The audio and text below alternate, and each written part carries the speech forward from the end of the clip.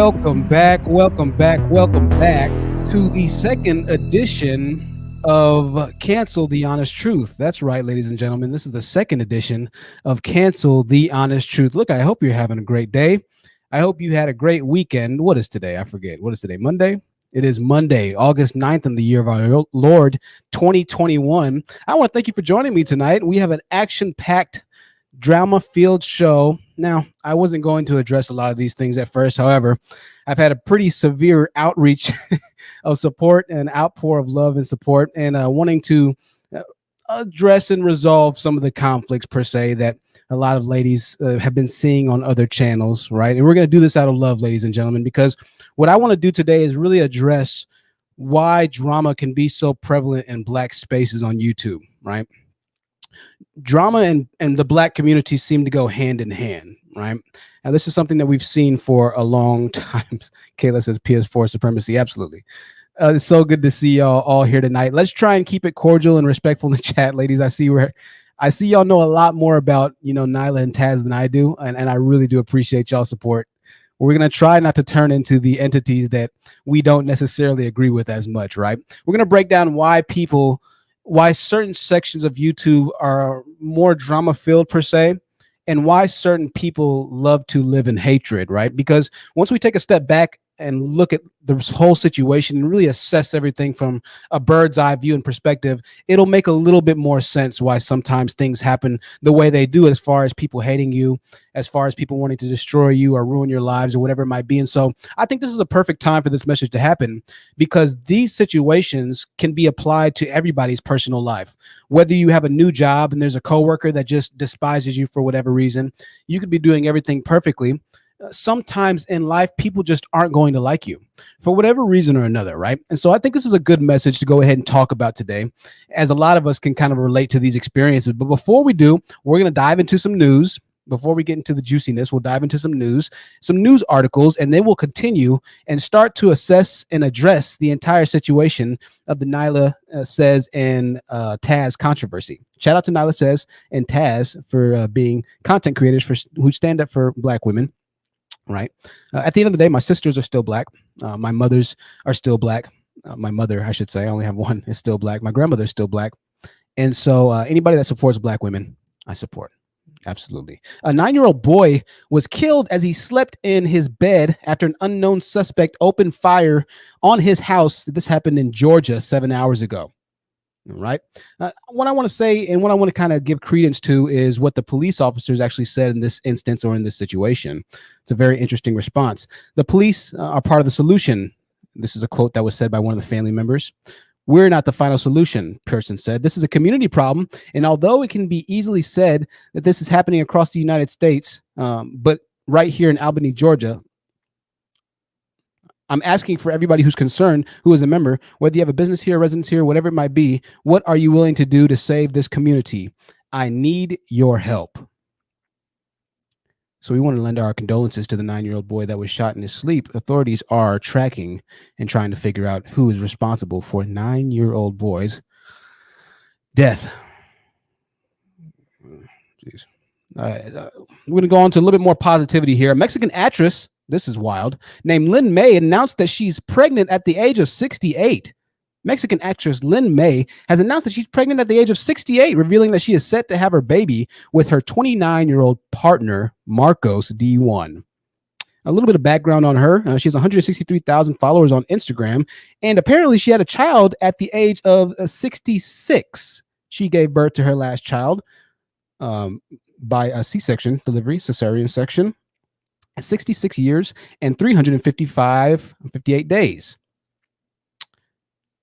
Did I read that right? I think that's her. I think that's the same person. Anywho, congratulations to her. And that's a pretty miraculous story there. A very interesting story there. I figured that we could kind of, bring that up for a second. I have one last news article. MSN did something that I have to really show a lot of respect for. If you didn't know, this month is National Black Business Celebration Month. National Black Business Celebration Month. If the link will pull up here, we'll see. Okay, I didn't get the whole link. Hold on a second, guys. I'm sorry. The dust is strong today. All right, here we go.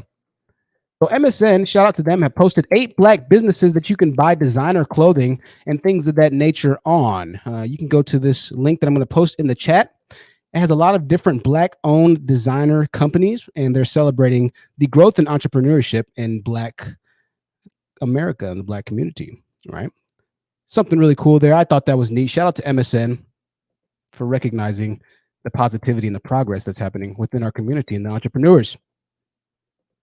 There's a link for that there. Let's dive in. 174 people watching. We're coming off of a record-breaking live stream.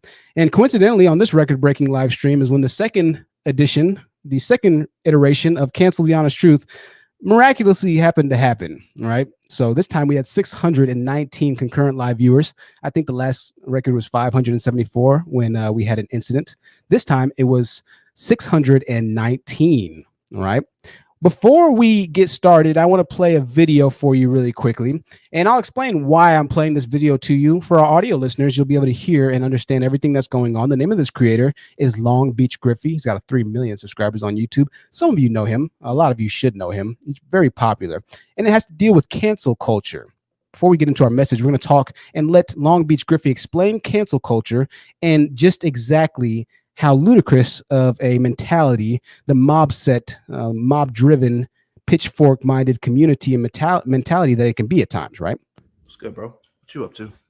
Nothing much. Just looking up old videos and old tweets on celebrities trying to get them canceled. Cancel? Yeah. It's when you jeopardize the livelihood and reputation of someone based on something they did in the past. Oh, why?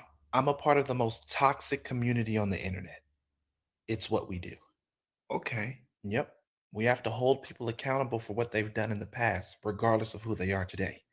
We don't judge people based on who they are now. We judge them on who they were. I see.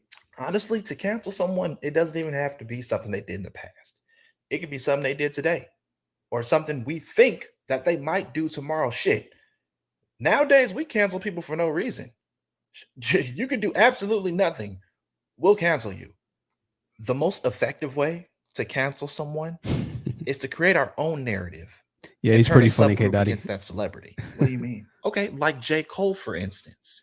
He said in a recent song, "It's something about this queen's tone that's bothering me." We took that line, twisted it, and we created the narrative that says... Now, I want to also iterate here. This is by no means disrespect to anybody. This is just assessing cancel culture and just how ridiculous at times it can be, right?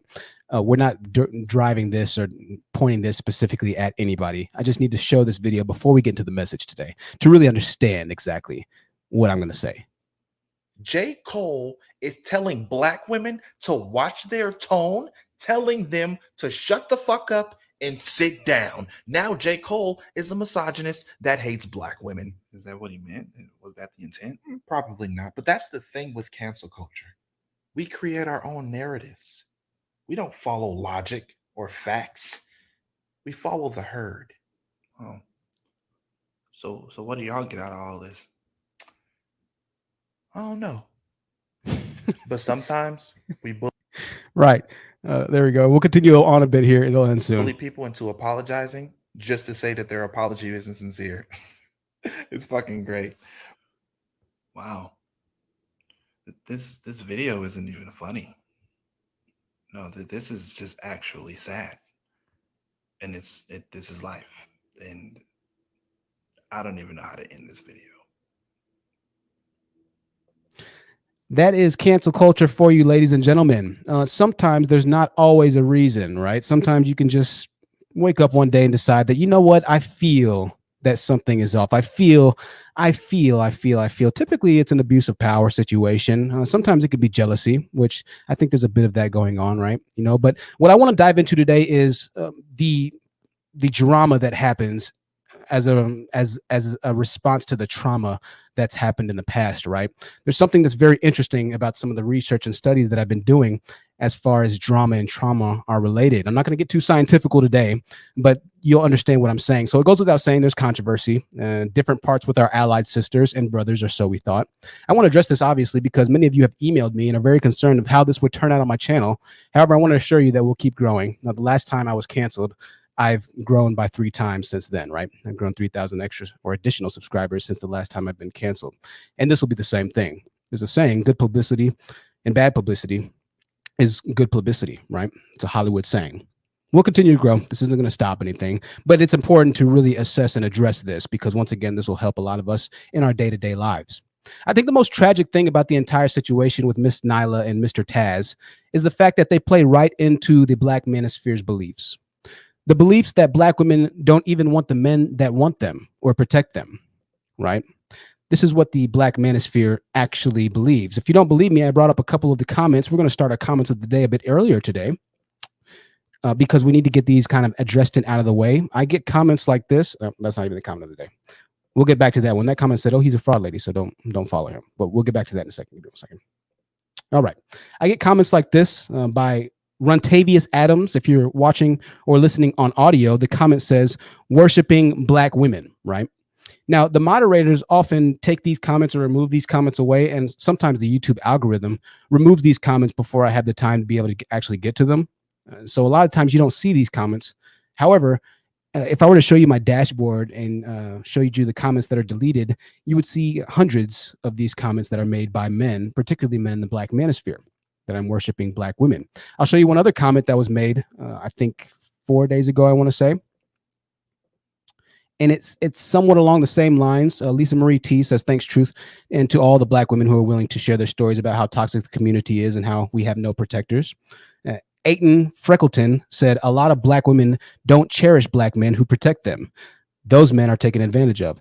So these comments directly reflect how a lot of the Black Manosphere actually think. And the problem with what Nyla is doing right now, which is trying to cause divisiveness, essentially giving the Manosphere ammunition to say these types of statements and to have them actually validated by what she does, by what her husband Taz does, which I have to be completely honest and transparent here. I think that Nyla supporting her husband is absolutely 1000% how it should be. Listen, if we're married to somebody, I'm gonna go down with you. I'm gonna go down for you because I'm married and I love you, right? And maybe behind closed doors we can have a conversation, right? That's kind of how I feel about the situation. So I have no problem with Nyla supporting her husband at all. The problem, once again, I have is that this lends the Manosphere a lot of, once again, ammunition and credence to what they say about Black women not desiring or going against the same Black men who are the quote unquote educated lames, or who actually simp for them, or who actually acknowledge for their protection. When the Black women start to turn against the Black males publicly who speak on supporting the very women who are turning against them, the Manosphere and men who watch the Manosphere say, "Oh, you know what? I guess we were right." That's where the real danger comes in, right? So I know Nyla really speaks about divestment, and I'm all for divestment as well. I'm all for choosing and make sure you choose the best man possible. If he's a Black male, hallelujah. You got a Black male that's worthwhile, that he's a high earner, whatever it might be. He's a good man, doesn't have to be a high earner. If he's just a good person, he has good character. That's amazing. If he's another race, that's amazing as well, right? Obviously, you know where I stand on divestment.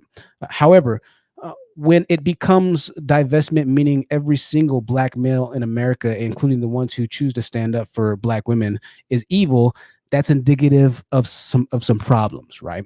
Often in my live streams, when I'm talking about Black males, I preface the message with a message, and it goes something along the lines of, I tip my hat to the good Black men in the community who are trying to go to college, who are trying to become educated, who are trying to open businesses. We acknowledge that it's not all Black males in a lot of the conversations that we have. And I think it's important to acknowledge that, because if you don't, you can almost turn into the very group of people that you hate so much. And this was with everything in life. You need to really make sure that there is some acceptance of balance, that there's some level of accountability, or of the true nature of things, right? You have to be balanced with it. You can't just be all the way one way and all the way the other way. Okay. So I just want to say that. Let's go ahead and keep digging into this, and we'll start digging into why trauma can translate into drama a lot of the times, right? I think that whether or not Nyla and Taz are happy with them demonizing men who choose to protect Black women, that's going to go unsaid at this point.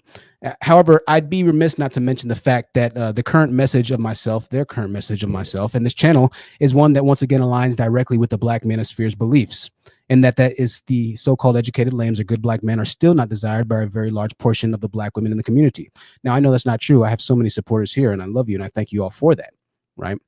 I appreciate that, and I'll never forget that. So thank you so much. Nevertheless, my mission remains, and once again, I empathize with a lot of the women on her channel. I'm not upset at them for saying that I'm fake or I'm a fraud. I'm really not. I do empathize with them, and I understand. I'm sure I told y'all about this, and I made a video about this. It was on the Night Talk channel. I was in line at Albertsons, right? And there was a Black lady in front of me, and I'll tell this really quickly because I know a lot of you heard this. But she had a Gucci face mask on, and I said, "That's a nice face mask, miss. Where'd you get it?" She didn't say anything to me, right? I said, "I really like your face mask." I said it a little bit louder, right? I said, "I really like your face mask. Where'd you get it?" She didn't say anything. And on the third time, I just got a little bit closer to her. And I said, "That's a face mask." And she put her hand up and she was like, "I'm trying to check out right now, please." And she did something. It was kind of rude, right? It's a little rude. We were the only Black people in line. And so I was a little embarrassed because I was like, dang, why'd she have to do me like that, right? I was like, come on, my sister. She like, you don't even know, what I do or anything. And so it was a little bit embarrassing. And it was a little upsetting, but then I realized, I said, Jonathan, she doesn't owe you kindness, right? She doesn't have to be kind to you. Now, it was a bit embarrassing because she continued to have a fully functional conversation with the cashier at the time, who was a Mexican guy. And she talked to them like everything was great, right? So I was a little offended and I was a little embarrassed, right? And I was like, golly, I don't know why she had to do it to me, the Black guy in line. Everybody's looking at me crazy now. But in the same train of thought, I also realized that I'm a Black male with dreadlocks and that I might have been somewhat of a trigger for her, or maybe a past memory for her that was a bit, how can I say, uneasy, right? The outwardly image of who I am or who I was or what I represented at the time might have been something that she just did not vibe or gel with. There might have been some trauma there. Moreover, her response to my acknowledgement of her or compliments of her was indicative that there's some trauma laying somewhere underneath there, right? And so I make sure to keep that in mind. When I talked about this on the last live stream, I say that it's appropriate to respond and not to react. You see, if I reacted to that situation, I'd say, "Oh, well, F you mother effing B, well, I don't even like you anyway." What a lot of Black males do when they get rejected by Black women, right? And so I said, "Okay, she's upset." And then those thoughts started going through my mind. And I said, "Well, hey, have a great day." She walked away. And as I exited the store, I saw a new Black girl that was working there, beautiful Black girl. And we talked, and she was the sweetest girl ever, right? So instead of leaving the store with two enemies, I left the store with one, unfortunately, enemy, or potential enemy. She doesn't like me that much, I'm sure. And then I left the store with one friend as well, both Black females, right? So it's very important to know. We'll continue on for a second here. 308 people watching. So good to see you all tonight, man. I'm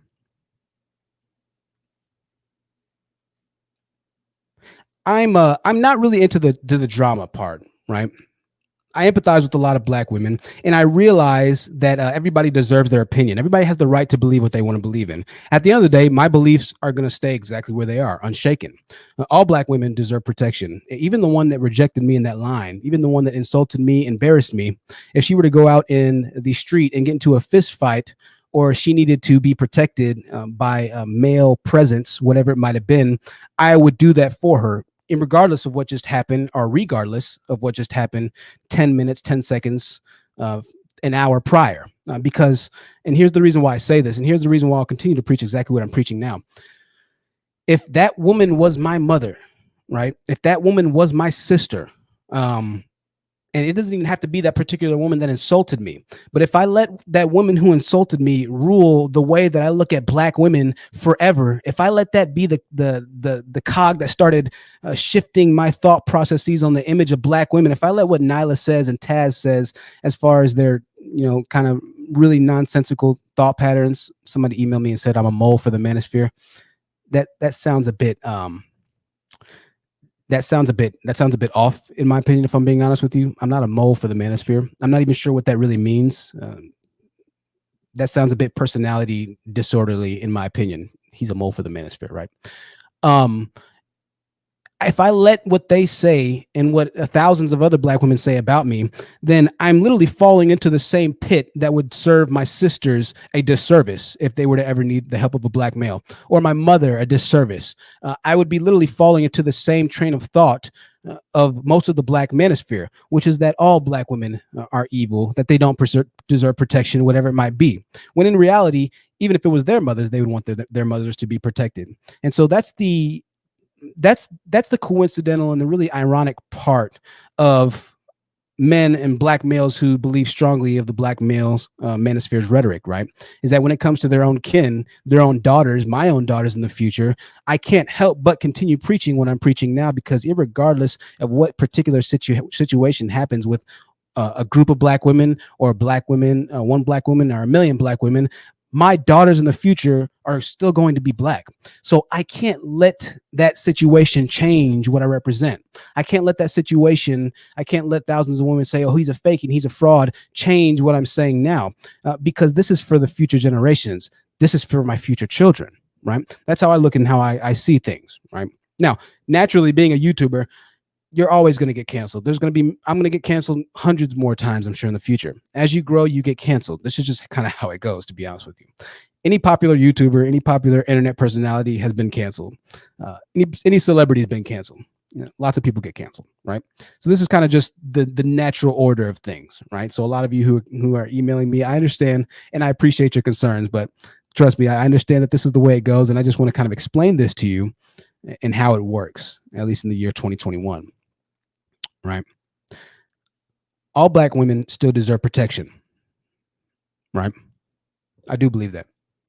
Even if that was one of my sisters was to claim that all black men are evil, or publicly states that she does not like black males, if she was in a situation where she needed protection from a black male, I would hope that a black male would protect her. And here's why. If she does find herself at the mercy of a black male's protection at a certain point in time, perhaps her mindset will change a bit. I used to work at in a city in Texas, and there were a lot of racist, prejudiced white men, right? It was a feed store. There was a lot of prejudiced dudes, a lot. And what happened was, the more conversations I had with them, the more comfortable they started becoming around me. And eventually I started having conversations with them and their background and history, and acknowledging, or, kind of really getting into and digging into the reason why they don't like black guys. Right? I've had these conversations with many white men. And a lot of the reasons had to do with things that happened in their past, or stories that they heard, of stories of violence. Maybe it was stories of insolence that they experienced at the hands of black males, or maybe it wasn't even something that they heard or experienced, but just this thought that they dreamed in their minds, until they actually spoke to, or had the ability to speak to, a black male that could kind of dissuade or remove those thoughts, and instead put actual progressive, actual positive thoughts of what the black male could be into their mind. Their twisted, illogical sense of thought and their thought pattern would remain exactly where it's at. This is why I'll always support protecting black women, because in the case of the racists, in the case of black women who think that all black males are bad, in the case, or in the off chance that they actually do need the help of a black male, and a black male is there to help them, that's what starts the change. That's what plants the seed, right?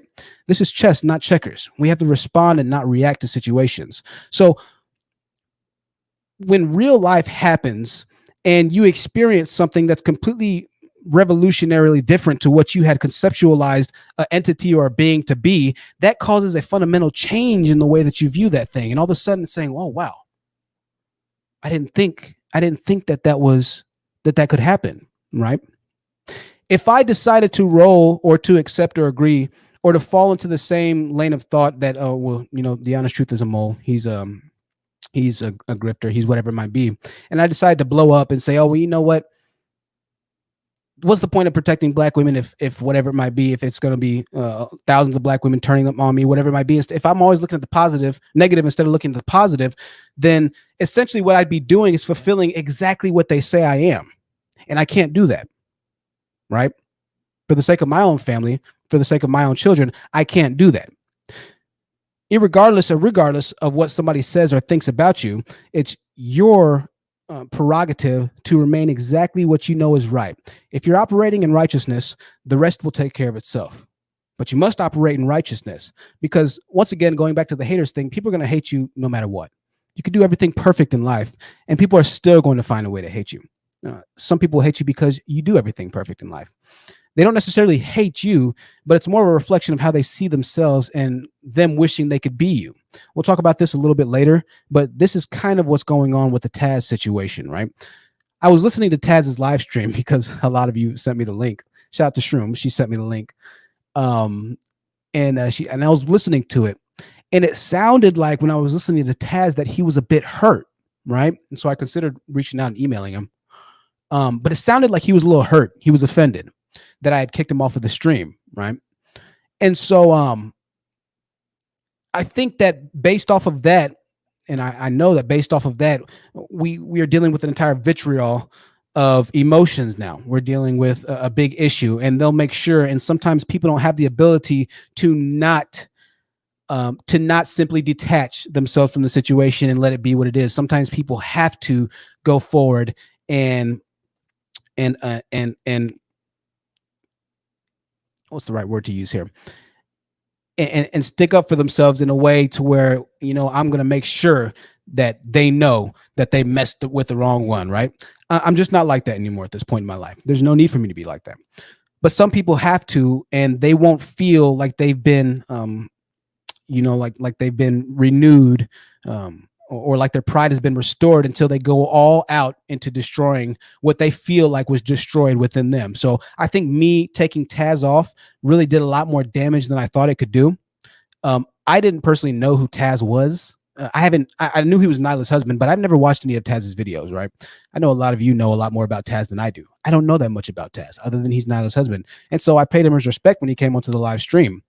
But I just don't deal with any negativity, and particularly negativity from people who are supposed to be on my side, who are supposed to believe the same thing that I believe. Whether or not you feel, Taz in particular, I'm kind of speaking towards you, whether or not you feel like I'm a mole for the Manosphere, or I don't believe what I'm saying, or I'm just trying to pander to black women, that's a conversation that as men we could probably have had in an email if you would have sent to me, versus trying to derail an entire conversation that we were having.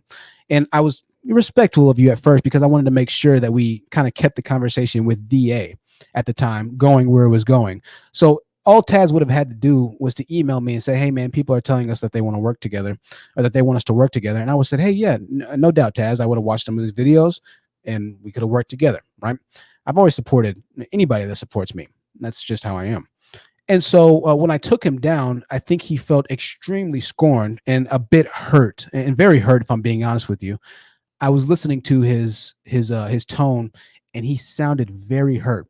I was talking with some of the subscribers, and he sounded very hurt. That's all I can say there. He was saying things like, man, he just took me off, man. He just took me down. He didn't listen to what I had to say, whatever it might be. Well, Taz, the reason I took you down is because you were a little hostile, a little aggressive. And later on in the video, his wife, Nyla, asked him if he wanted to go on a walk. And he was like, I don't want to go on no walk. And she was like, why are you being so aggressive? So Taz, you're a little aggressive, man, right? You're a little aggressive. And I understand that a lot of the women on Nyla's channel will see that aggressiveness as masculinity. Aggression can be masculinity, absolutely. However, aggression is masculinity when it's used in the appropriate context. The Loving Home said Taz thinks he should be the only one protecting black women. I don't know why. How are you protecting black women, Taz, huh? I know that Taz has spoken for black women a lot, right? Like I said, I haven't watched any of Taz's videos. That was something else that he had a really big problem with. He claims that I was trying to gaslight him by saying he's acting like he doesn't know who I am. I haven't watched any of Taz's videos. So I really don't know, other than what everybody here on my channel has told me. I don't know, Charlie Brown says, come on, the rudeness Taz dished out was uncalled for. He's hella insecure. Yeah, it kind of was. Grammy nominee says, no, they saw it for what it is. He is a bit, he's a little bit aggro, right? He's a little aggro. Metadol said he was changing the topic and he was aggressive. Yeah, he was aggressive. And Nyla even said he was aggressive. And kudos to Nyla once again for standing by her man's side and for fighting for her man. I absolutely love that. And I love that kind of loyalty. That's all I'll say about that. I do respect that. Absolutely. Marie with the $30.99 Australian dollar donation, she said, thank you for addressing this THT in a classy way. Yeah, I mean, I try and I try and put myself in people's shoes. Like, okay. And I was listening to him. And like I said, I sensed that he was hurt. So I was like, man, I might just email the guy and be like, listen, man, I didn't mean to hurt you. Right. Now, obviously, if I do that now, what they're going to try and say is, see, THT knew he was wrong. So now he's trying to apologize with his tail between his legs. To a certain extent, you really can't win in these situations. So most likely I won't email him. And I'm sure they're watching right now, if I'm being completely honest. I'm sure they're watching. So shout out to y'all and shout out to what you do for Black women in the community. Because at the end of the day, protecting Black women is all that I care for, especially on this channel. Zikoma7 says, Tad said like 5 words, too little to be rude. Zikomo, I'm sorry, Zikomo. Taz didn't say that much, but a lot of the times it's not what people say, but it's how they say it, right? I could immediately sense his energy and where he was coming from. There was a bit of entitlement. Maybe you weren't able to read in between the lines, but I'm very good at reading between the lines. I'm very good with human interactment and human psychological evaluation. I'm very good at that. I might not be the smartest guy, but there was a bit of hostility there. And when there's hostility with somebody that claims that they believe the same thing that I believe, that's not the hostility I want to deal with, because I can't fight a war against the enemy, meanwhile trying to fight a war within my own allied camp as well. That's too many wars to fight. A nation divided can't prosper, right? As the old adage goes. So if you're the enemy, then I need to know that you're my enemy, right? A lot of guys or a lot of the females are saying, well, he wanted to hold you accountable and whatever it might be. The man who ended up coming up after Taz asked me the same question that Taz asked me, which was, hey, tell me about your Manosphere background, because you used to hate women, right? In which I answered his question 100% fully. That was the same question essentially that Taz was going to ask. The difference is Taz is somebody who is related closely, obviously, to Nyla. Nyla is somebody who supported me. And so that question coming from Taz throws me off a bit in relation to that question coming from somebody who associates with the Black Manosphere.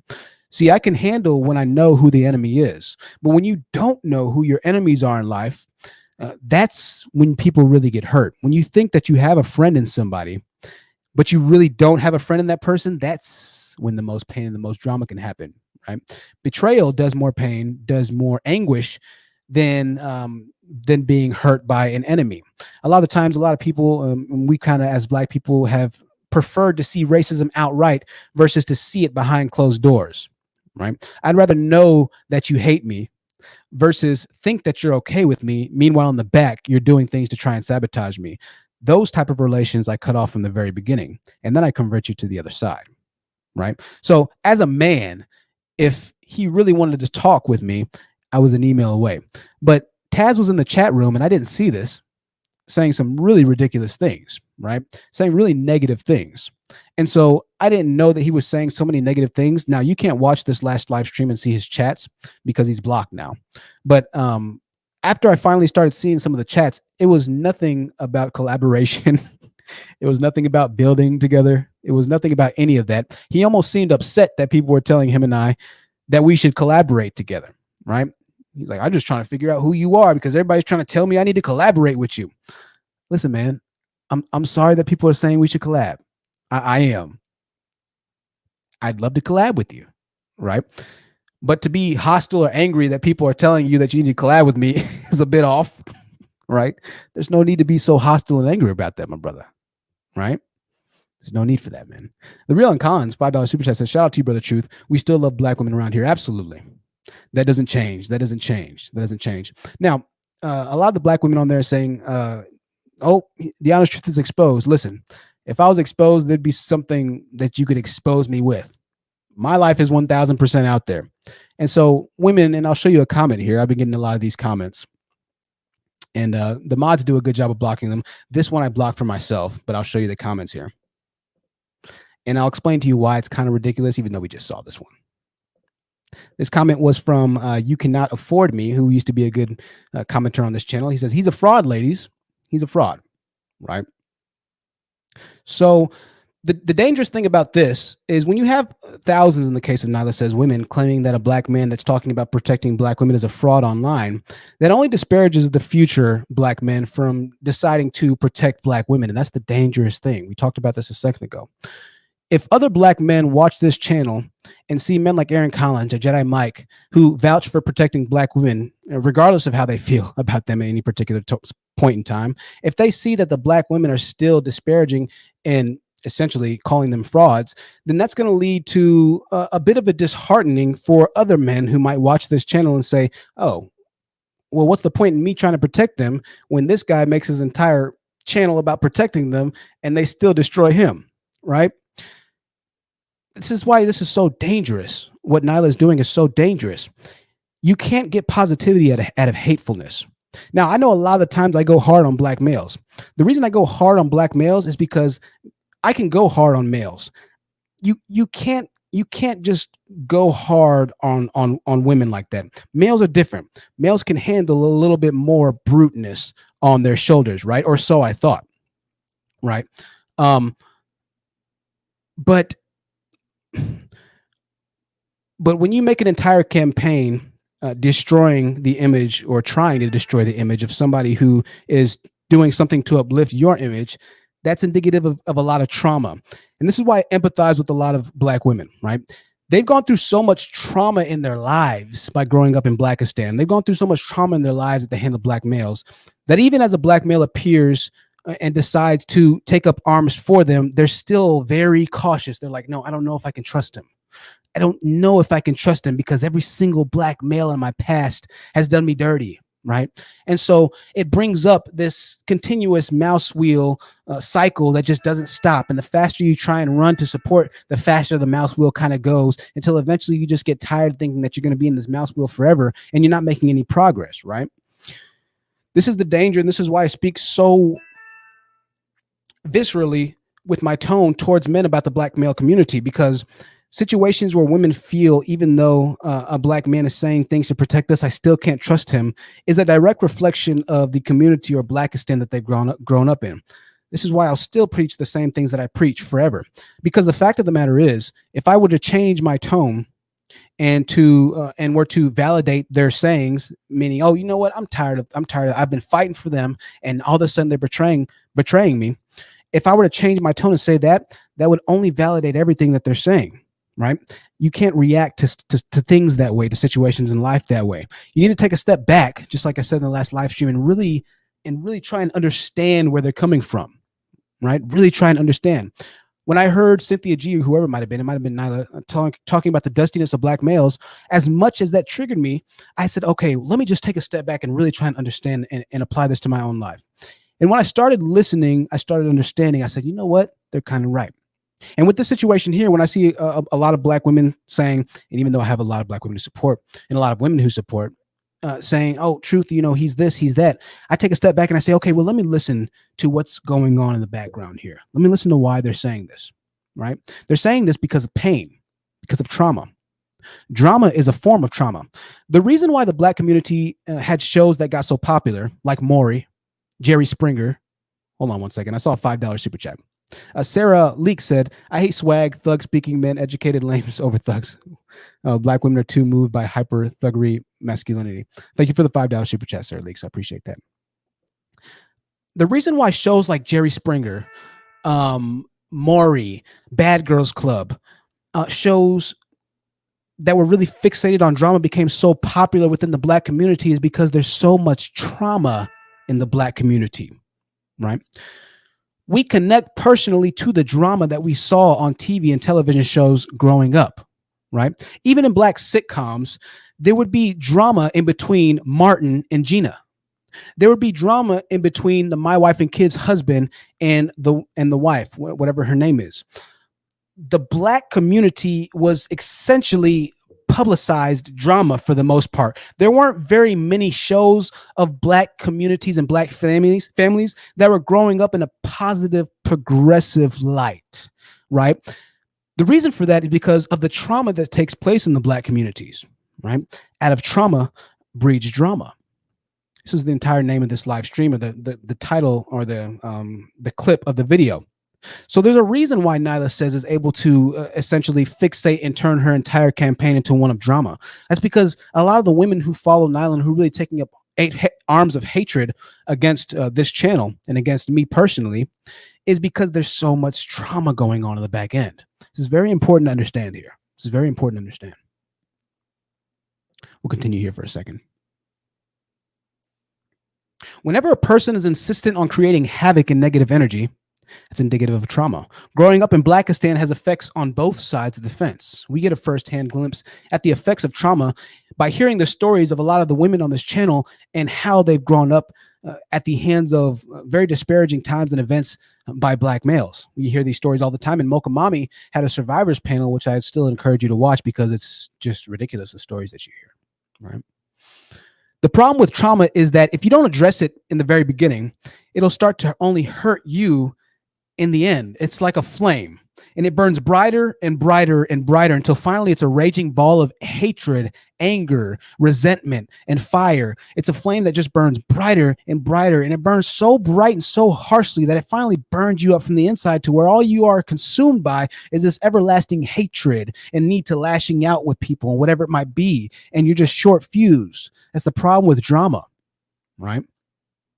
That's why you see Black males in the Black Manosphere sit on panels for hours ranting and raving about the woes in their lives, the plight of the modern day Negroid, the plight of the modern day Black male. And this is why they hate Black women so much in their panels, because the trauma hasn't been addressed in the Black community. And so as they grow, they start to create the drama based off of this trauma, right? This is why the Black Manosphere doesn't have Black men actually having really popular channels that produce content that's specifically related to building businesses or building whatever it might be. It's fixated on drama, right? It's fixated on hatefulness. This is because of the trauma that's happened in the past, right? If you don't address the trauma, then the drama is going to ensue.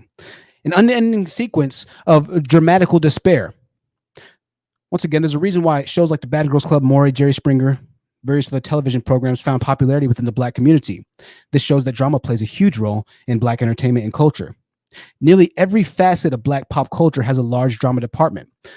There's a reason why the Shade Room is the largest followed Black Instagram page on Instagram. The Shade Room literally translates into the drama room. Shade is when you kind of, when you shade somebody, you're throwing little snide remarks at them. The Shade Room, right? This is what's most popular in the Black community. There's a reason for this. All right. Rappers beefing with each other. You never hear rock bands beefing with each other, right?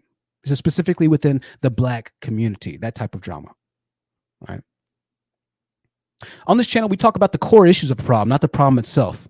The problem isn't Nyla trying to get me, kicked off of YouTube. That's not the problem. The problem is the trauma that's not being addressed. You see on this channel, that would be like ripping a weed out of the ground. The root's still there and the weed's going to grow back. You need to address the root of the problem. I don't listen to what people have to say. I listen to why people say what they say. So I listen to why Taz and why Nyla are saying that. Taz is hurt and he's a little offended right now.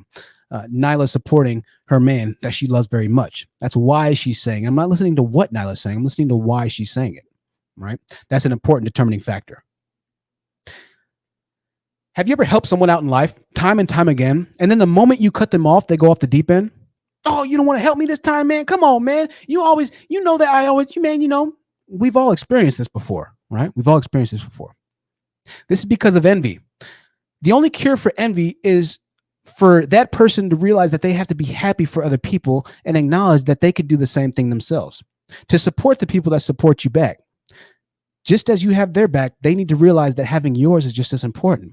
Moreover, it helps for that person the next time you ask them for something to realize that there's value in giving to you, just as you recognize the value in them giving to you and you gave back to them. A person that fixates and focuses their time and energy on drama is nothing other than a public admission of one's own insecurities. This is important. I don't worry about who is better than me.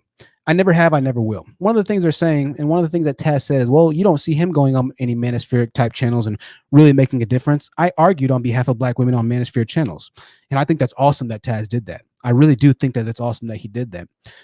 But there were some serious Manospheric content creators that I had the opportunity to talk to, and I just didn't. the Poor Man's Podcast, who has, I think, more than 50,000 subscribers now, we had something that we were actually going to do where I went to his channel. As a matter of fact, the thumbnail's created and everything.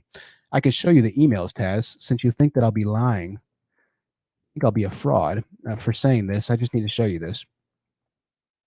I hope I don't show his email here.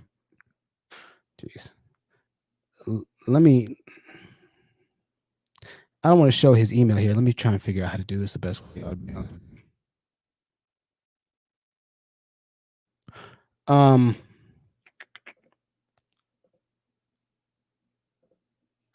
a second.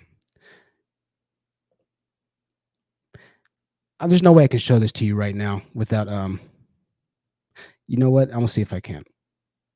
Nah, no, I'm not gonna be able to show you because if I do, I'll show his email. Let me see if he has his email on his page for a second, and then I'll show you the proof really quickly. I don't want to dox anybody, even though I know Nyla and Taz are trying to dox me. Apparently, have at it.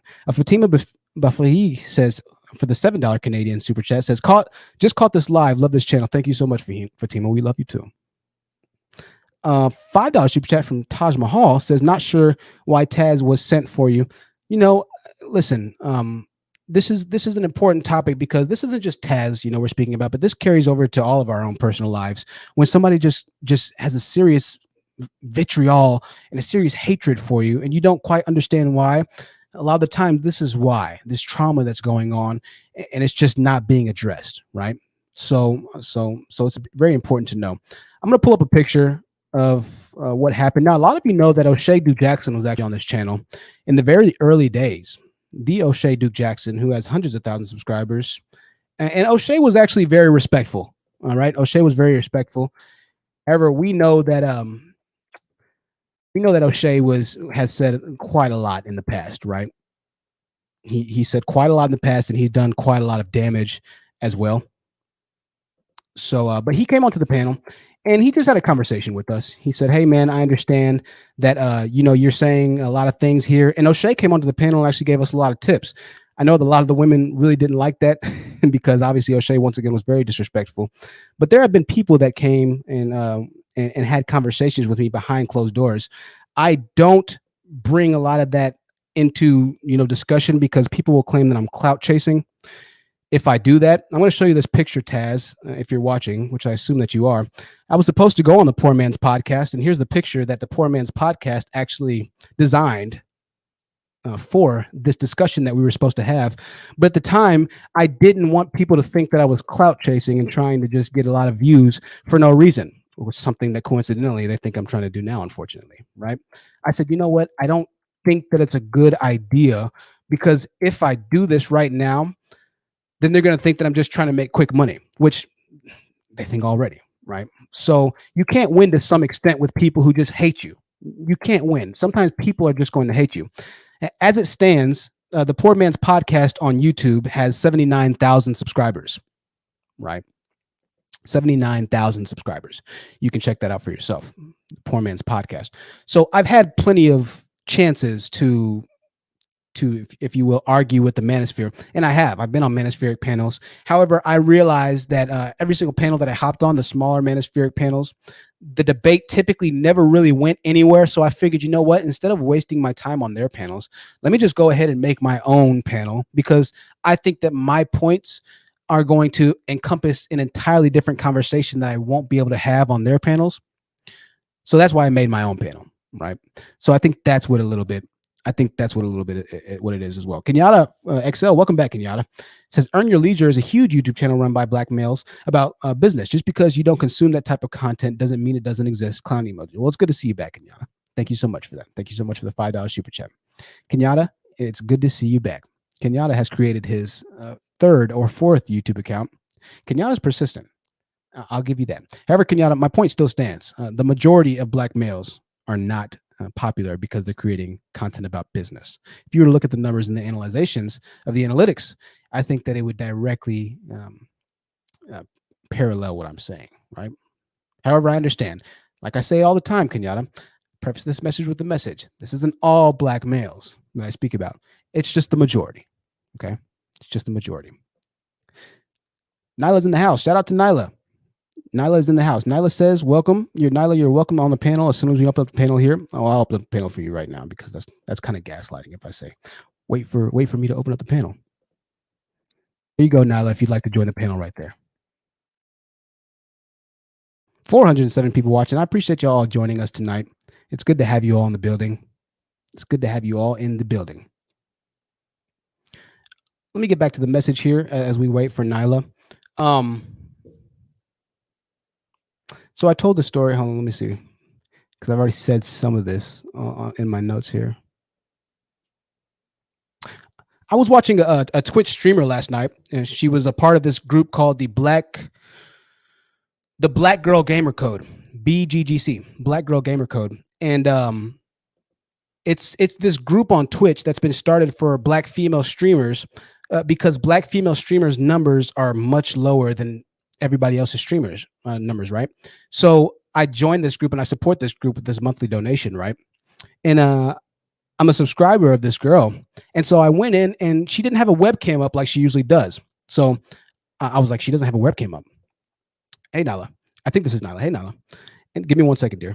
And so she didn't have a webcam up. And her title said no cam today, but we're just going to be streaming. And so I typed in the subject box. I said, hey, do you need another camera? Because I was going to give her my Logitech webcam. This was yesterday. I was going to give her my Logitech webcam. I was just going to mail it to her because I have a new camera right now, right?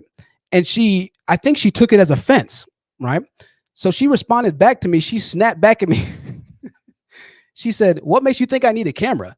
She's like, did you not read the title? And I was like, man, I was just trying to help this girl. And she was like, how long have you been watching me? And then one of her moderators was like, well, he's a member to you right now. And she was like, oh. And she was like, well, you need to read the title or whatever. And she kind of chuckled or whatnot. And I was like, well, I was just trying to give you a camera. I typed it in the chat box. And then and I was like, my apologies. I'll see my way out. I didn't mean to insult you. And then I got blocked by one of her moderators.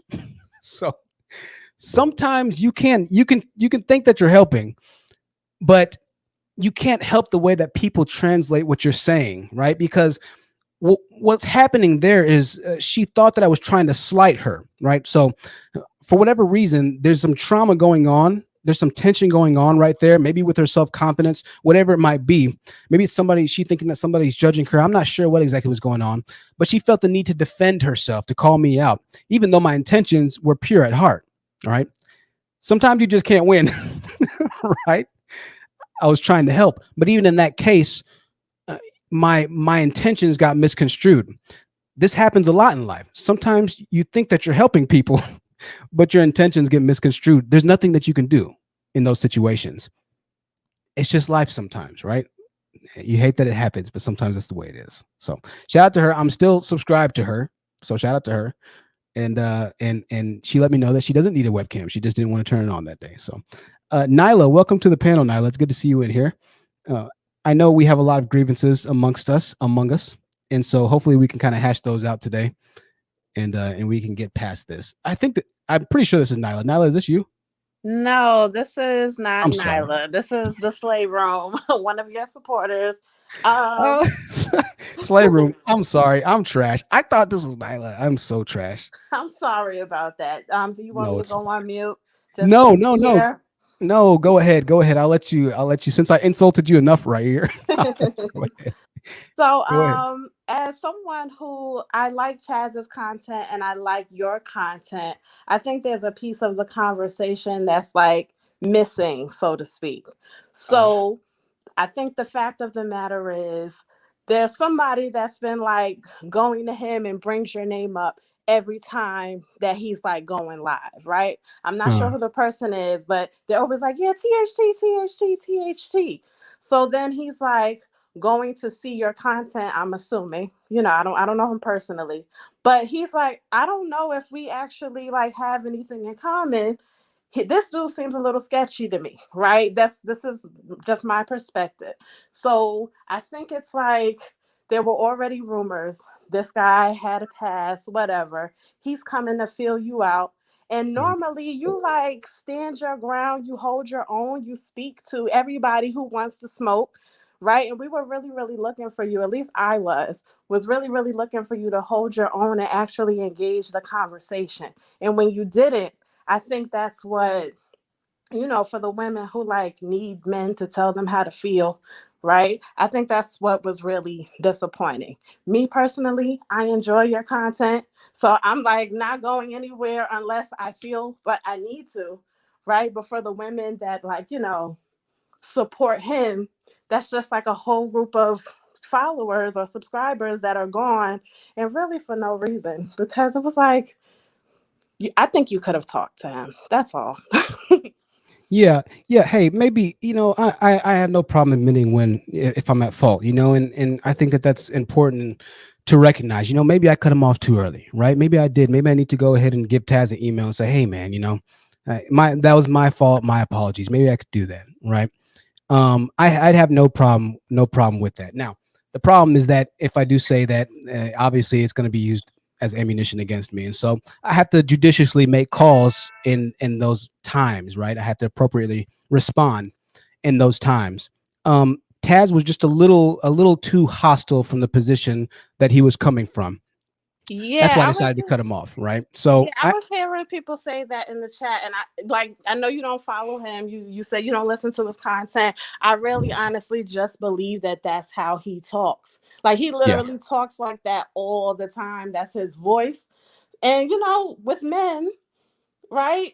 Men sometimes when you they want to chin check sometimes. I feel like and normally when people come to your channel and they try it with you, you give it to them. And I'm like, yes, THT, get his ass. Right. And this time it was just like don't let nobody scare you on your channel. It's Well, how let I me took let, it. let me ask you this: if you're referring to it as chin check, if I would have chin checked Taz, do you think that might have gone in a better way for me if I would have chin check him? Because chin checking assumes that you're on different beliefs. So if I were to chin check him, essentially what would have still been created was a negative situation. Would you kind of agree to that or acknowledge that?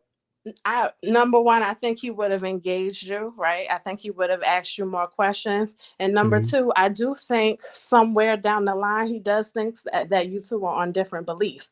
Like, let's not act like Black women isn't where the money's at.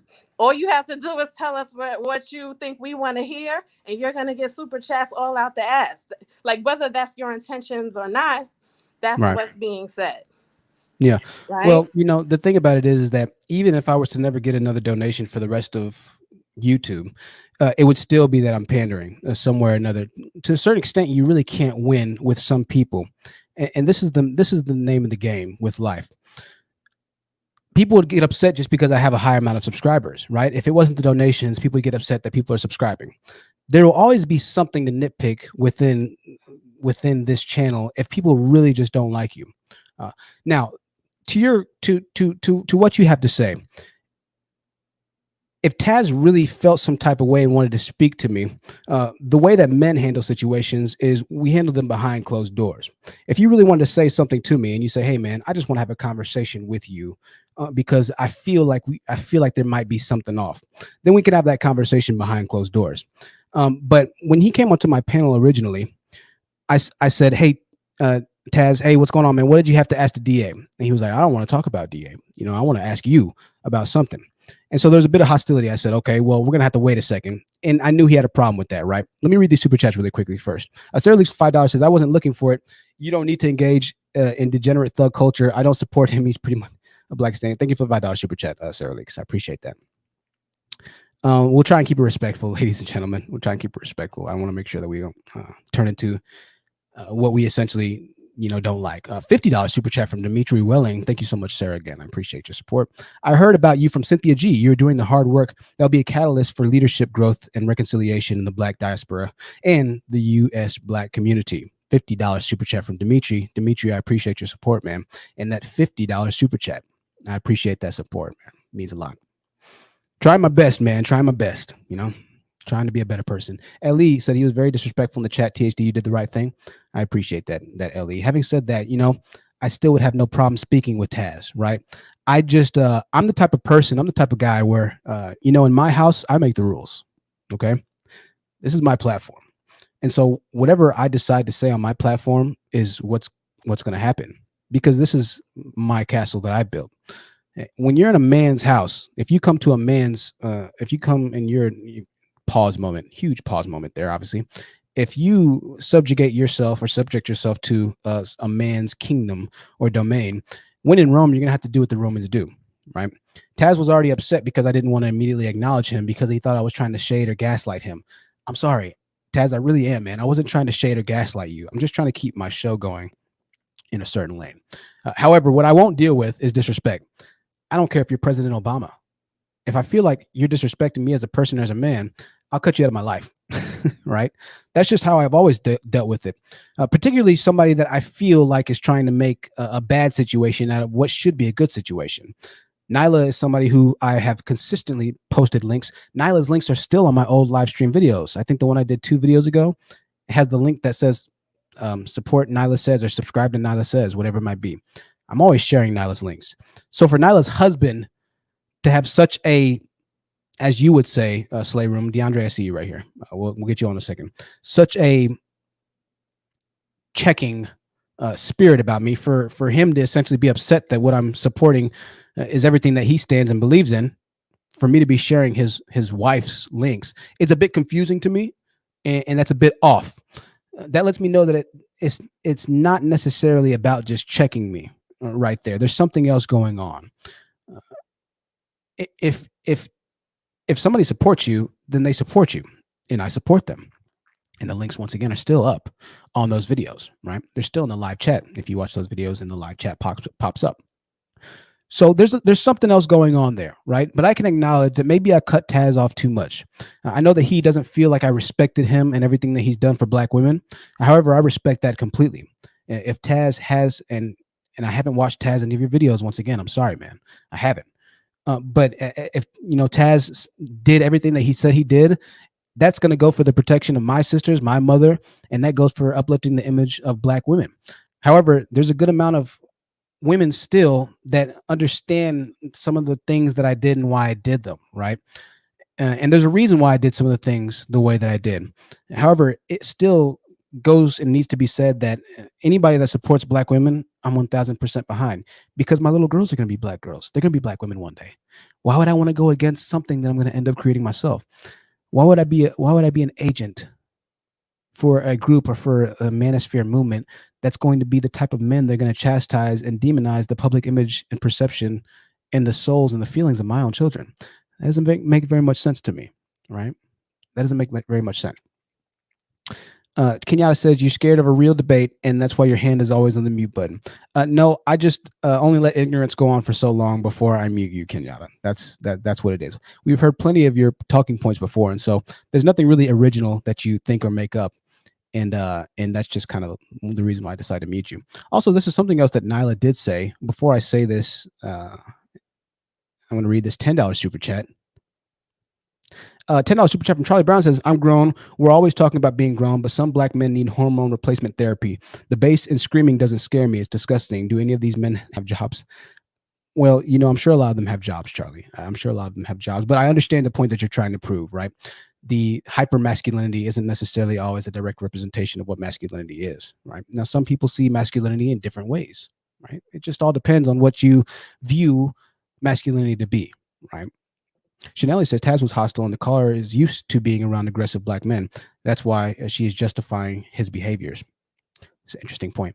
I want to be clear. I'm not justifying anything, right? I personally, like I said, I like both content creators for different reasons, right? And I do think certain people have certain personalities because of where they grew up. And it's as simple as that. So what you see as aggression is literally somebody just talking like, hey, people saying we should collab.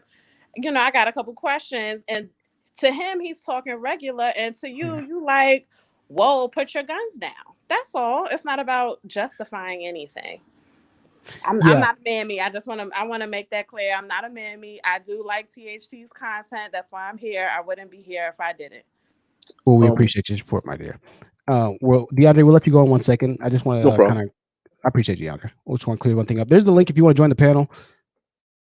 Hold on. Y'all know I can't type and talk. There's a link. I'm gonna pin it so you can join if you want to. I understand what you're saying. Yes, people do communicate differently. However, hostility is hostility, regardless if that's the way you communicate or not. A hostile environment is a hostile environment, and that's just the way it is, right? I understand that people communicate differently. However, that's still no excuse. If I don't want a hostile environment, particularly at that time, then that's my prerogative and that's my reasoning, and that's that, right? So Slay Room, I do agree with what you're saying. However, that's not necessarily a valid excuse in all sense of the word to allow something to happen, right? You can't say, well, he's a street dude, so he's just gonna smoke weed if you decide to move a street dude into your house. Well, no, not necessarily. If you don't want somebody to smoke weed inside of your house, those are your rules inside of your house. So yes, he might be a person that is fixated. He might need weed to survive. However, your rules are your rules, and that's that, right? So it doesn't make it wrong or right necessarily if he decides to smoke weed. However, if you don't want weed smell in your house, then that's your rules. That's kind of the way it goes. Fair enough. I got your point. Thanks Yeah, for having me. I appreciate you, Slay Room. We'll talk soon. We'll take Slay Room down. And DeAndre, I'll let you go in 1 second. I wanted to address something. Marvelous M with the $5 super chat says, can you do a video on black male fragility and the wounded male's ego? I'd like to know the psychology behind it. I think that's a great video idea. Let me screenshot this. Let me not shut down my entire thing here. I think that's a great idea, and I will talk about that in the future. I think that's a really good idea, as a matter of fact. Sherelle with the $5 super chat says, I went to Taz's channel afterwards and asked about Malcolm and MLK existing in the same period. He dismissed me. Y'all ain't gotta move the same period. Yeah, I think that that's a great point, Sherelle, and something that we kind of have, something that I kind of understand. One thing that Nyla says is that I took a lot of her talking points. Now, it's very evident that the research and the type of presentation that I do, I come with a lot of different talking points that not a lot of people are saying. It's kind of the reason why this channel is starting to experience the growth that it is now, right? So I understand I might lose some subscribers. That's fine. In the long end of things, in the long run of things, I'll still end up being somewhat of a substantially large YouTuber when it's all said and done, God willing, right? However, each time I did use a term, i.e. Blackistan, i.e. Golden Dusty, which Golden Dusty is a term that Coriander, who has an expose video on me out right now, I still pay her homage to, and still tell everybody to check Coriander Yander's channel out, even though she has a video exposing me and whatever it might be, right? So I am very careful, and Nyla, I know that you know this to be true. I'm very careful to credit you, Cynthia G, and every other lady for anything that I might get on your channel. And I make sure to put the links because I know that as a creator, I would want somebody to do that same thing for me. And I would feel very upset if somebody took something that I thought of, my original, content, or my original, I think is, what is it called?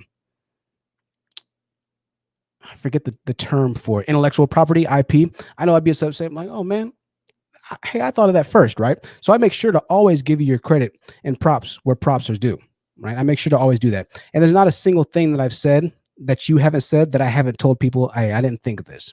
But anything that I say, I don't give anybody else credit to, that's because I thought of it myself, right? Or I researched it myself. I put a lot of time and research into these videos. I bring up as many articles, studies, psychological evaluations. These take a lot of work. I don't just watch your channel, Nyla, or watch Cynthia G's channel and then somehow type in an entire draft of what I'm going to say. I try and find my own way to say things. Moreover, I know that if I say the exact same things another content creator says, they're going to say, why are you copying somebody else? I don't have anybody telling me that I'm copying somebody else. That is until the narrative was started by you. So I'm very cautious of that, right? But I'm very honest as well. I'm honest because if I'm honest, then there's nothing that nobody can use against me. So when you're saying that we're going to expose him, we're going to drill him, whatever it might be, there's really not much that anybody can drill me for because I've already drilled myself into oblivion and beyond. Pause. Super pause moment there for my Eastern, coastal people there, my New Yorkers. Super pause. There's really nothing to expose on me for. So people saying that I'm a fraud, getting the comments, oh, he's a fraud, ladies, he's this, he's that. There needs to be proof behind if you're calling somebody a fraud of why they're a fraud. An email or a conversation that I had with somebody or something to where people are like, oh, yeah, this is a fraud. He's a fraud because, but there'll never be any proof like that for me because there is no proof. The fact of the matter is everything about myself I've told. So there's nothing that people can use against me because everything is already out there, right? It's going to be very, very hard to do. I'll put it to you that like that. Virtually impossible. Right? So, you know, those kind of words, they don't really have much credence because there's no truth to them. You can say somebody's a fraud all day long, but just because you say somebody's a fraud or say somebody's something, that doesn't make that person that thing. That's not the way that it goes. You can't go to court and find somebody guilty without evidence. The judge is going to say, where's your evidence?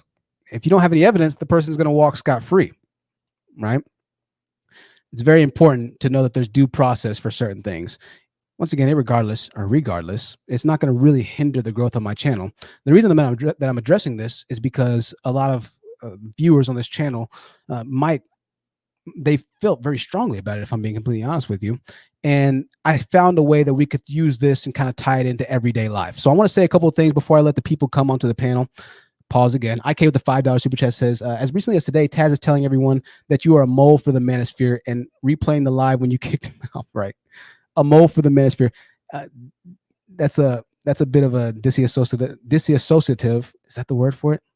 Personality disorder trait.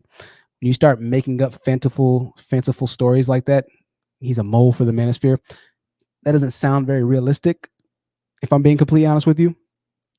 I'm not sure how exactly me saying this is going to benefit the Manosphere, but you know, that's a little off, right?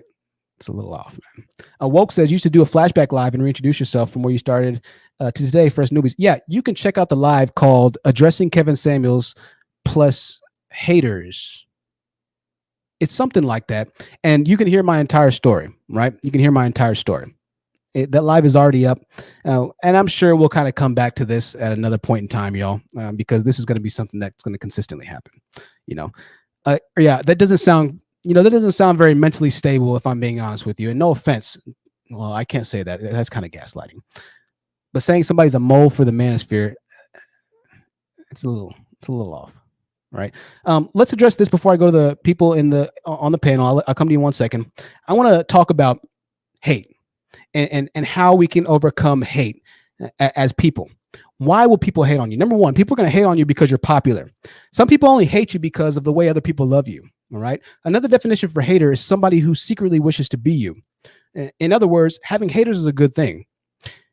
When I didn't have progress on this channel, I was saying the exact things I'm saying now, and I didn't have any haters. But all of a sudden, once again, on my personal record live concurrent viewing, a live stream yesterday, all of a sudden we have another wave of hate that we're dealing with. This is not coincidental. And this is why I do sense that maybe, you know, me cutting off Taz could have had a deeper effect on him than I might have seen, right? I can acknowledge that. Because it seemed like, and I listened to this, and it seemed like he was genuinely hurt because he didn't feel like I recognized everything that he's done for Black women. And so I sensed that, right? I'm not saying Taz wants to be me at all. But when I was listening to him talk to Cynthia, to his wife, he was saying things like, and you can watch the live stream. This is live. I'm not giving you any information that he hasn't said himself, but he was saying things like, man, I got content I'm going to do too. Man, I got videos I'm going to do too. I've been here for so much longer than he has. He hasn't gone to the same channels and fought for Black women like I has. So I sensed that he was hurt and almost like he was upset that I had 600 people watching, 616 people watching, right? So this is kind of why number one fits here, right? And this is why I take a step back, and I'm not just upset at Taz or upset at Nyla. I have to understand where they're coming from here, right? I have to understand that. Number two, haters hate you because you did the work to improve your life. Your haters don't want you to put the effort to improve your life. Everybody loves you when you're on the bottom, but when you make it to the top, this is when you're going to find haters. I'm not on the top at all. I'm super small compared to the people who are going after me. I'm much smaller than they are, right? But growth is always going to bring haters because it's positivity on your end and it's shine for you, right? I think in the Nyla case, what she sees is me potentially taking subscribers away from her. So what she's going to try and do is cause the divide to make sure that she tries to hold as many subscribers as possible.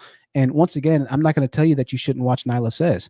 Just like I left a comment, she deleted the community post that I made saying, Nyla, I have nothing bad to say to you. I still don't have anything bad to say to you. I love a lot of the talking points that you have because at the end of the day, my mother's Black, my grandmother's Black, my sisters are Black, my daughters will be Black. And I believe that you promoting the image of Black women is always going to be a positive thing. So I don't have anything bad to say about Nyla still, right? your presence reminds them maybe about what's missing a bit, right? This could be in their live streams, their message, whatever it might be. And so they, instead of, translating that to say, hey, you know what, I like what this person did, I'm gonna try and do it as well, they'll just go to hate, or they'll go to saying, oh, he's an agent, oh, he's faking, he's whatever. And this isn't just with YouTube, this is with everything in life. I want y'all to listen to these points. Basically, the ones who hate you are the ones who believe in your power the most, right? In many of these cases, people who hate you are ironically your biggest fans. They admire what you've accomplished and are quite simply jealous. I think that that's very true in many situations. Batman says, when you live long enough to see yourself become the enemy, right? Or see you're a superhero long enough to see yourself become the villain. That's kind of what happens here, right? These old adages have a lot of wisdom in them, right? Perhaps you used to be equals, about their same level, but you left them behind, and they're trapped at their current level of existence. And they don't like that they don't have any change in their life. That could be a little bit of it as well, right? We can apply these to so many different aspects of life. And Grape with the $10 super chat says, I don't think Taz was trying to be aggressive, but he wanted to say something about that was way off topic. I was more interested in the DA combo. Yeah, hey, maybe he didn't, and that's why I acknowledge, hey, maybe I did cut him off a little bit too early. And I've considered maybe just going ahead and emailing him and saying, hey, man, listen, I know that this isn't going to, and Charlie, I had to put you on mute. You have a lot of feedback on your mic. I know you want to say something soon. I'm sorry. Give me 1 second, Charlie. I'm sorry. I know maybe you want to, I know that maybe you wanted to say something to me. Listen, I'm all ears and we can talk, man. Just on that public live stream when we were trying to have that conversation, and like you said, I wanted to keep it based off of the DA convo. One of the things he's upset about is that I didn't immediately talk to him. He said he felt like I gaslighted him, and I wasn't trying to gaslight him. Like you said, Anna, I wanted to make sure that we were listening and kind of following the trend. Unfortunately, it came off as, he took disrespect to that. I really can't change anything. I can't do anything about that. Can't do anything about that. King Shenard, good to see you in here. I'll put you on mute. We'll come to you after we get to the rest of our panel members. Sometimes you can't do anything about that, guys. They're hating on you because they're trying to, they want you to be back in your place so that things can remain status quo. And I think this is kind of what we said about, maybe Nyla. She feels like I'm taking some of her subscribers, even though I always told everybody to subscribe to Nyla and Cynthia and Uppity Unicorn and Mocha Mommy. And even in some of my really old videos, the links are still up to go subscribe to those ladies' channels, right? But somehow they feel like you're taking their status, you're taking their shine, right? There's enough space on YouTube for everybody to shine. I'll never be upset if somebody says something that I say and they don't pay me my respect. It doesn't bother me like that, because at the end of the day, what we're fighting for is synergistically cohesive. We're fighting for the same thing. So, hey, they don't put my link up, cool. I don't care. But I show infinite respect to people who put my links up. I know some of y'all didn't like that I put Nyla's links up. I got those emails as well, right?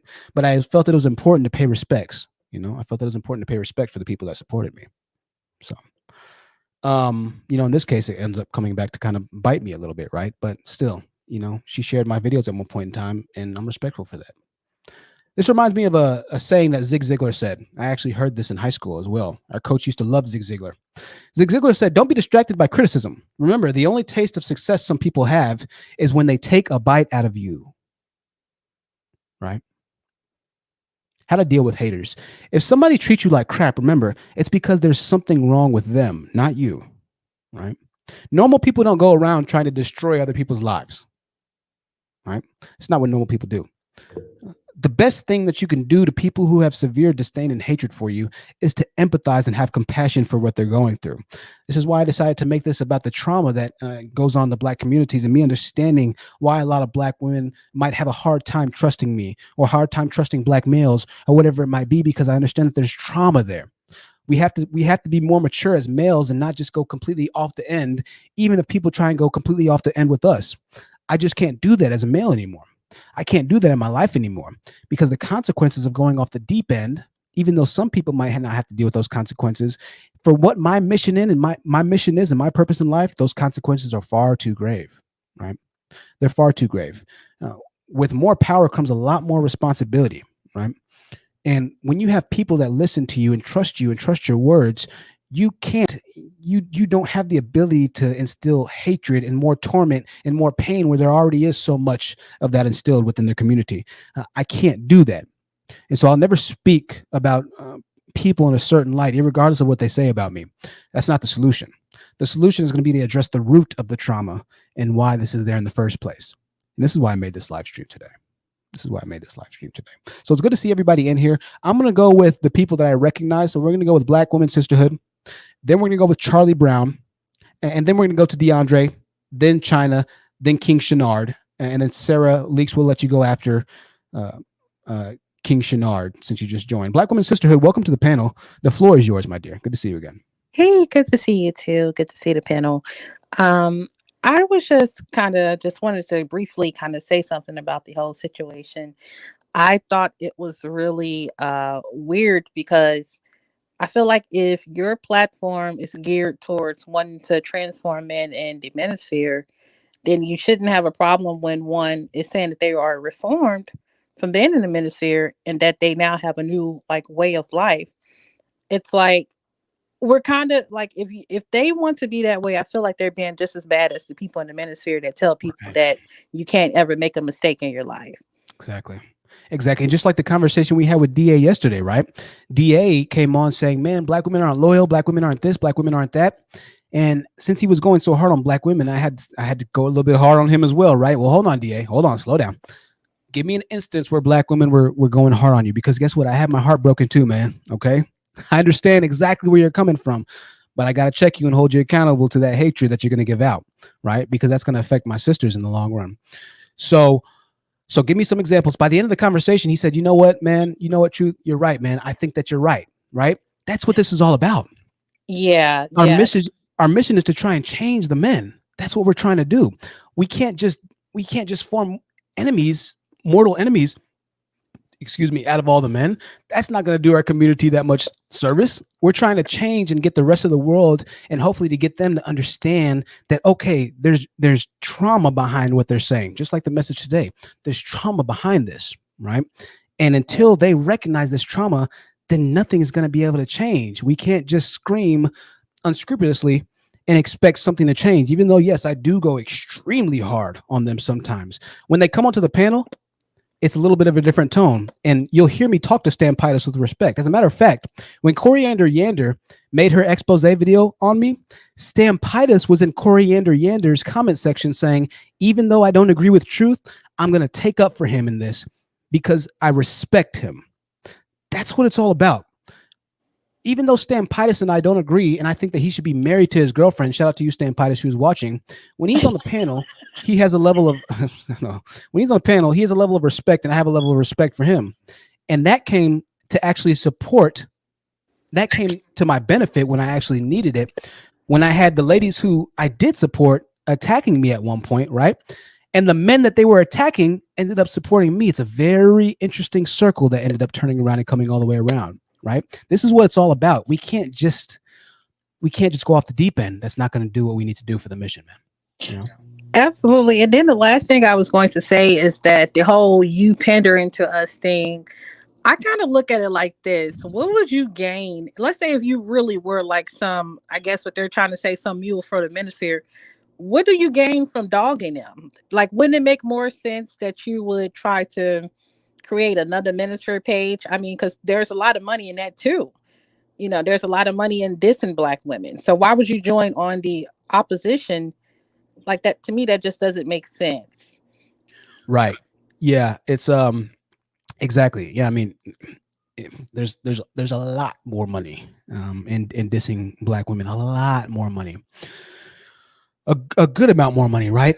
I think that's one of the bigger points. What they'll kind of say to argue that, I think a lot of the time is, well, that just means that you saw that there was a situation where you can make money because not a lot of people are doing it, right?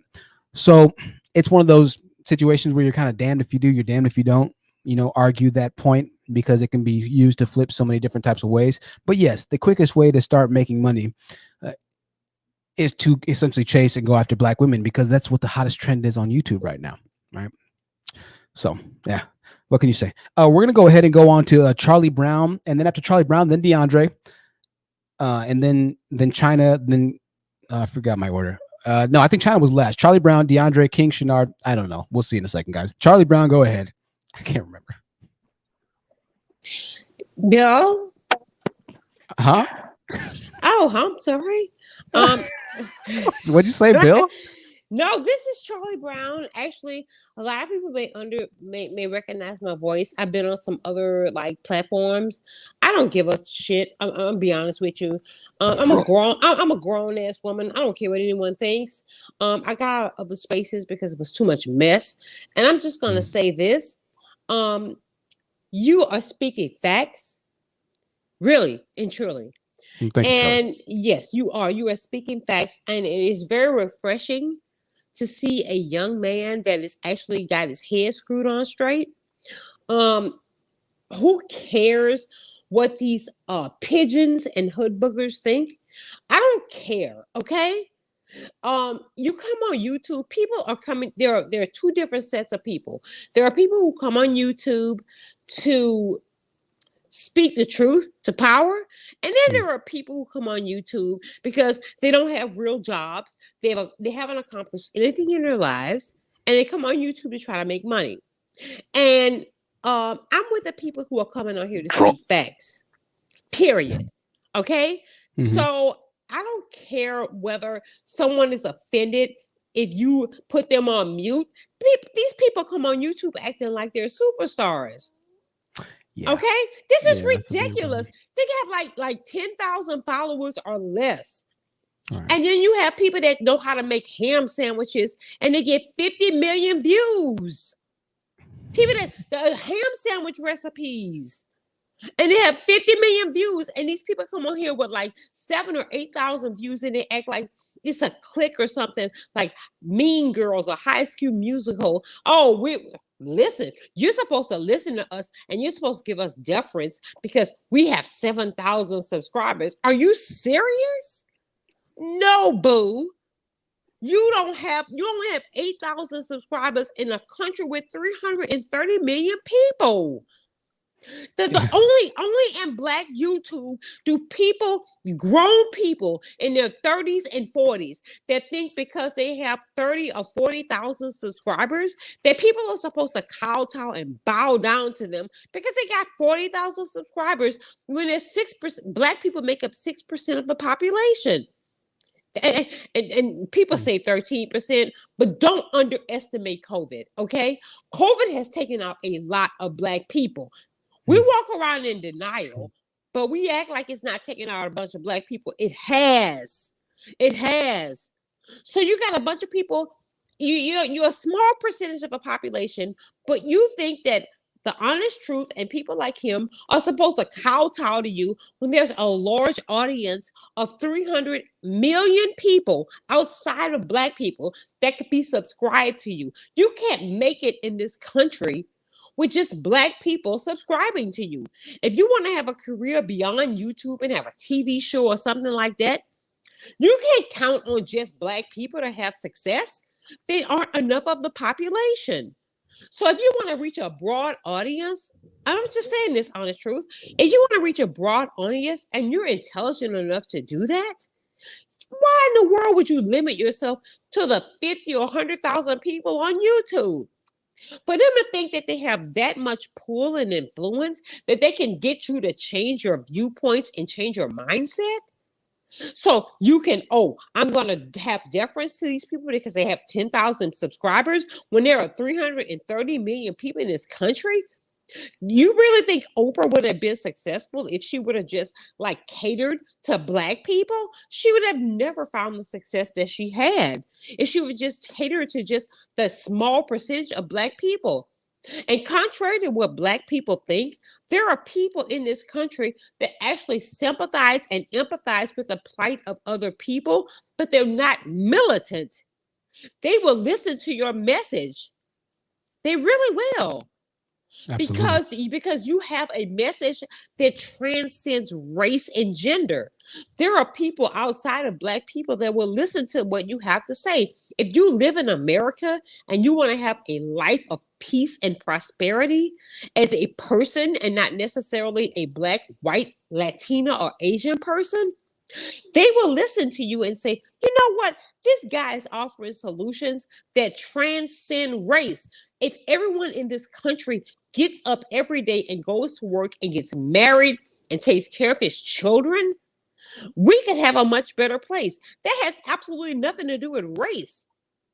Only Black people get into social media and say, "Oh, well, you know what? I think that it's white supremacy. We're gonna get out here and do this thing for white supremacy. We're gonna go against this, and we're gonna say, oh, we're gonna have a whole social network dealing with Black rights."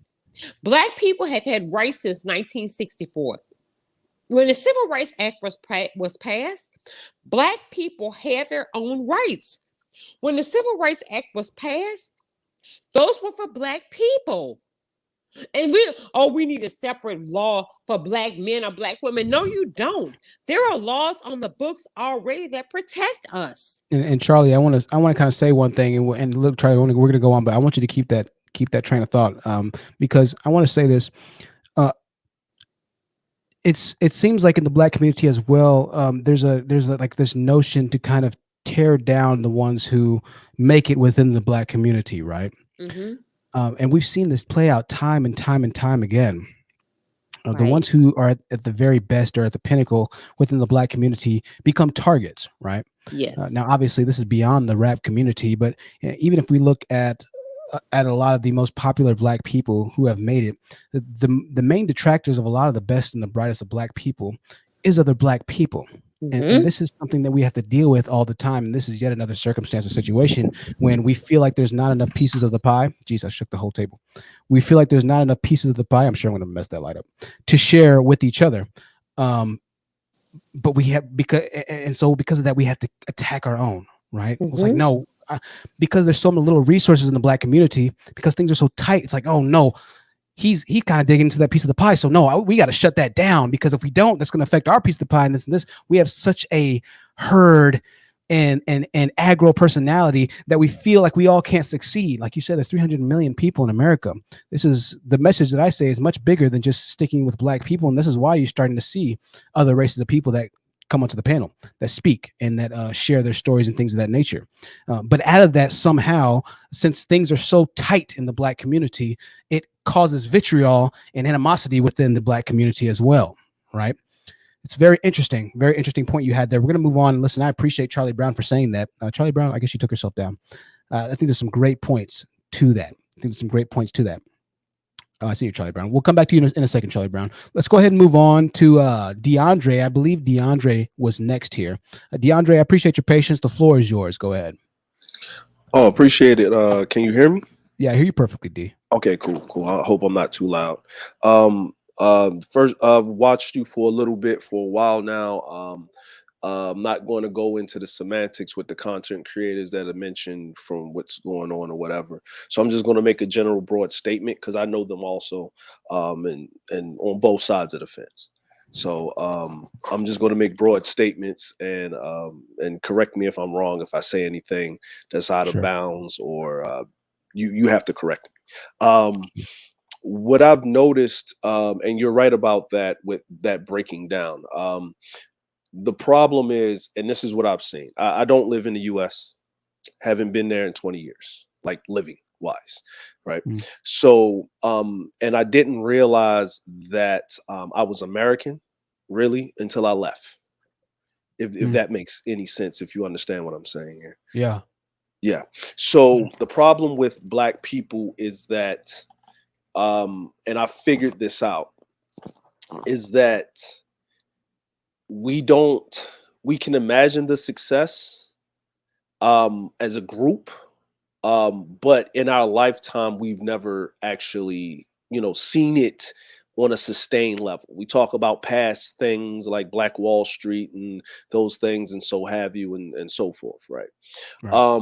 And you don't realize how American you are, right? Because Black people don't see themselves as American. They just see themselves as Black people that are in America. And I understand that. I get that. But you are culturally American, and your American culture is a capitalist culture, if you get what I'm saying.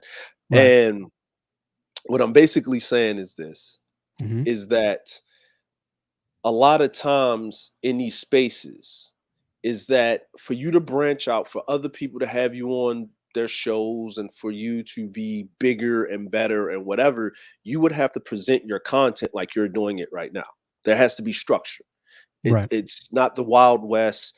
If there is some type of drama, it has to be not scripted, but it has to be under control. Right. Even when we watch play, before black people was really getting on Jerry Springer, remember there was reality television show on MTV. You had to pay for it first.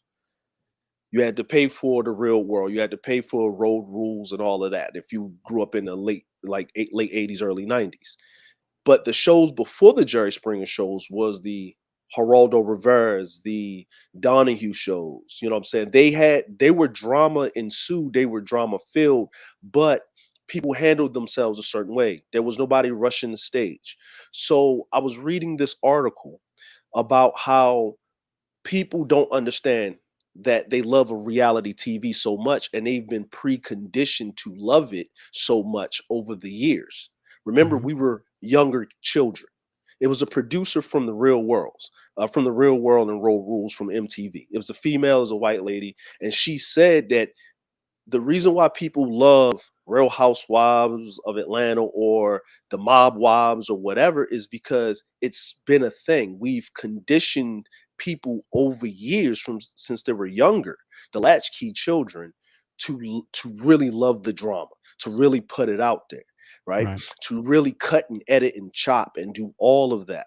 So now when you become a content creator, right, or you're going to get up there and you're going to conduct your own production, because that's what you're doing. This is a production. These things cost money. Your mic costs money. They're not paying for themselves, right? And when you put in that production value, you're going to either go one way or the other way. But if you're doing long term, you have to have a way of doing production, a way of controlling your panel, letting everyone be heard, being able to have a conversation with the people that come on the panel, also being able to take control when you feel like it is going left. So for me, watching, you didn't do anything wrong that I haven't seen any other content creator do on any other spectrum of space. I appreciate that. I appreciate that. And I really like that analyzation, DeAndre. You know, I could sense that you were really going somewhere with it. And you're absolutely right.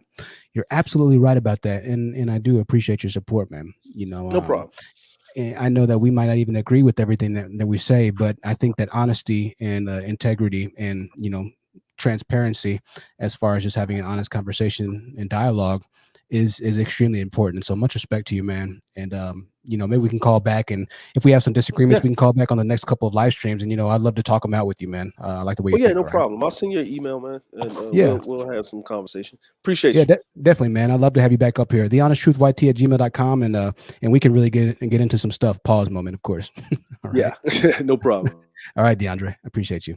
That was DeAndre, ladies and gentlemen. Very well said. You know, and I really like that. I agree with a lot of what he said. Shout out to DeAndre. L said, THC, it shocked me how he came at you for no reason. Now I can't stop crying and laughing. I'm just waiting for Nyla to shoot a shot at you. She ready for a real man? Well, oh, stop. Oh, please. I just kind of got what you got there. No, listen, Nyla is very, very much happy with her man, supportive, and I love that. Absolutely love that.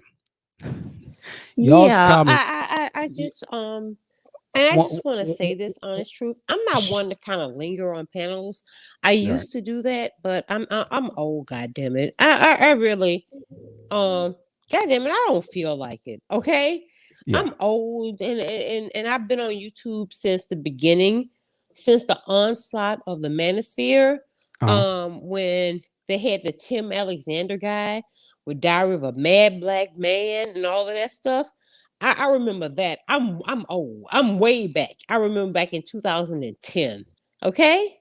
So, you know, I'm not really here to like hog your panel and everything. I'm just going to say this. And I've said this on other lives before. There are very few Black people that are going to make it, honest truth. I'm being honest with you. There are very few Black people that are going to make it. If you go watch the movie 2012, when there was disaster impending upon the earth, and they had And to save people, they only saved the most intelligent. They saved the people that actually could make a contribution. right, And there were a small contingent of Black people who could actually get on the ship and make it through the what you call apocalypse. And there were other right. people that couldn't. Oh, Okay. Charlie, listen, that's a great point. And the Listen, bottom line is that what Charlie, I happens love is your honest truth. And I'm energy. going to be honest with you. Yeah, When I didn't think Charlie could hear disaster me. and change is upon earth, you have a certain group of people and you're going to get the best of the best. That means that it's going to be the best of the best from all races. Okay. The problem with Black people is we want to come in and bring on bum ass people that haven't done anything with their lives, that have broken the law, that have not done what they're supposed to do, and we feel that we're obligated to bring on all these extra people. Other races don't think like us. They believe that if you had a situation where only the best of the best could be saved, you're going to save the best of each individual race: Black, white, Asian, Latina, Middle Eastern, whatever. They're going to bring their best forward and save them. And because they want to have a superior world outside of the people that they had before. Charlie, and so listen, Black Charlie, people are the only people on earth that want to bring along everyone, even the people who are subpar, even the people who have records, even the people who have shown that they are not worthy of being saved. And contrary to what everyone thinks, guess what? If you break the law, guess what? You are subservient. You are not the people that are supposed to be saved. Black people are the only people on planet Earth who think that the lowest of their low is supposed to be able to hop on the train, on the caboose, and ride with other people that are deserving because they've actually done the hard work. But the people that have broken the law, the people who have not done what they're supposed to do, the people who are the most subservient of society, the dumbest, the most illiterate, we think we're supposed to drag them on with us. And that's part of the reason why we're in the shape we're in. Charlie, listen. That's why we're in the shape we're in. We think we're supposed to save everybody. No, Charlie, we're not. Charlie, we listen, need Charlie. to get on it and get hip with it. I had a classmate from Romania. When I was getting my master's degree, I was actually postdoctoral. I was in my master's degree. And there was a student from Romania. I'm just gonna and let it go. She Yes, told she's right. me Absolutely, she's right. That only the best of the best. Yes, she is. We're supposed to make it. And that they had a system set up. Charlie? Well, Charlie said a lot of good stuff there. We're going to put Charlie on mute here. Let me put in the chat. Charlie, we can't hear you. Please. Oh, Charlie just dropped off. Okay. Charlie, she said a lot of good stuff there. You know, she said a lot of good stuff. I really did like that. And it was entertaining at the same point. But she's right about that. I think that what she said has a lot of credence to that. No, Lemonade, I did not cut her off. I did not cut her off. Okay. I was going to let her go for as long as she wanted to go. I didn't cut her off. Sorry, Charlie, did I lose you? No, yeah, Charlie. It looks like looks like the call dropped, and then you just kind of. I asked for you a couple times, and then look, Charlie. I'm gonna mute you for now, but we're gonna come back to you. But I love that point that you said, Charlie. Oh, my bad. I love that point that you said, Charlie, in that there has to be an acknowledgement that the best or the brightest are going to have the ability to rise to the top. Not everybody can do it. I think that's a great point that you said, and I really do agree with that. Listen, you have a lot of support in the chat, and people are really enjoying your monologue tonight, as am I. Okay, we'll come back to Charlie Brown. Charlie's cute. We're gonna go ahead and move on to China. I want to say, and then after China is Sarah Leaks, then Lin, then Romy Peso. And then we'll go possibly to King Shenard here. King Shenard, just make sure we keep the microphone on mute, and then we'll come to you, King Shenard. China, the floor is yours. Go ahead, China. Hey, The Honest Truth, are you able to hear me? Yeah, I hear you perfectly, China. Okay, perfect. I'm a little shy because I've never really done a live stream, but I've been on YouTube for years. I've been one of those silent watchers, And I've been in the Black sector for a very, very long time. And I understand the whole purpose of this live tonight was because some real disrespectful stuff happened on your channel. And so I just want to give a brief little background here. I was there when Taz first came to the scene and when Nyla first popped up on YouTube. I have been watching Cynthia for years. I found out about her through Dr. Boyce Watkins. So this has been going on for years.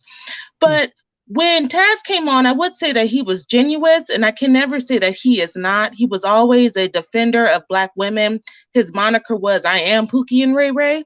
So his thing was to go against the Manosphere. The issue is, though, that Taz and Nyla together are extremely ghetto, ratchet couple. And so they're not able to take their content and make it in a professional, take it to a professional level and to grow their viewership. Nyla had a good following going for a while. Now, it was quite ratchet. She'd have 10, 12-hour lives, and she would fall asleep, and babies crying in the background, and she would just let people just go, and it would just be reckless, and she gained a lot of views that way. But when Taz came in with his over-aggressive behavior, the same way he did to your channel, he got really pushed out of the Manosphere. Even if he had an opposing view, he wasn't accepted because he does not know how to control himself. And their channels have suffered severely. They've lost a lot of viewership from it. They both, especially Nyla, there's been caught up in so much controversy and scamming people. And what the problem is here is that he feels that since he was the original defender of Black women, that there cannot be a new person come in, especially from the Manosphere, have a change of heart and defend Black women. So when he came on the show, his purpose of being on the show was to do what got him booted out of other spaces in the past. His purpose to come on the show was to derail it. And that's why you cut him off.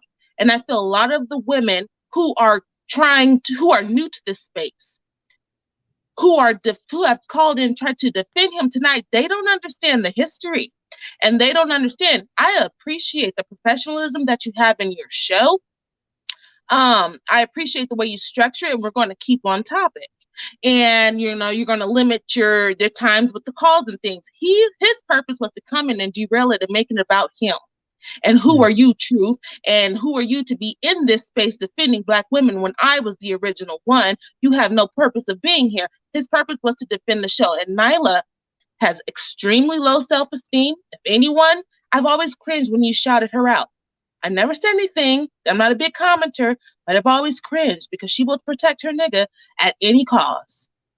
And they have a dusty, degenerate life together. And if people know the history, they understand. And she's going to defend him. So she threw you under the bus after you've done nothing but say nice things about her show after show after show. So people who are calling in to defend Taz, and I think he's just passionate, blah, blah, blah, they have no understanding of what the history has been.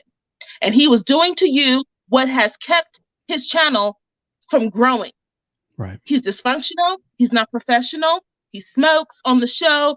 It's just a free-for-all type of thing, and he has so much more potential, and so does Nyla, but they cannot remove themselves from the ratchetry that they know that they are bred in, and that's the issue that we're going through right now.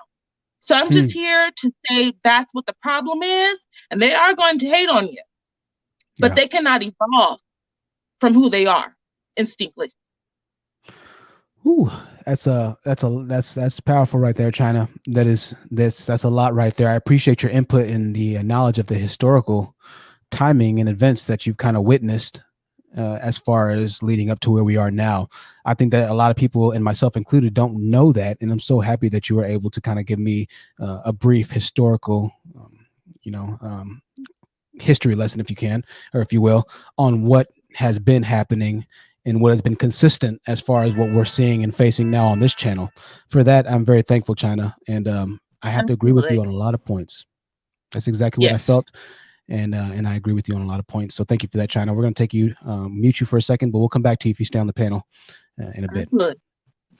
That's deep right there. And that's exactly what I sensed as well. I sensed that that there was something a little off, Thank you for whoever just sent the Cash App donation.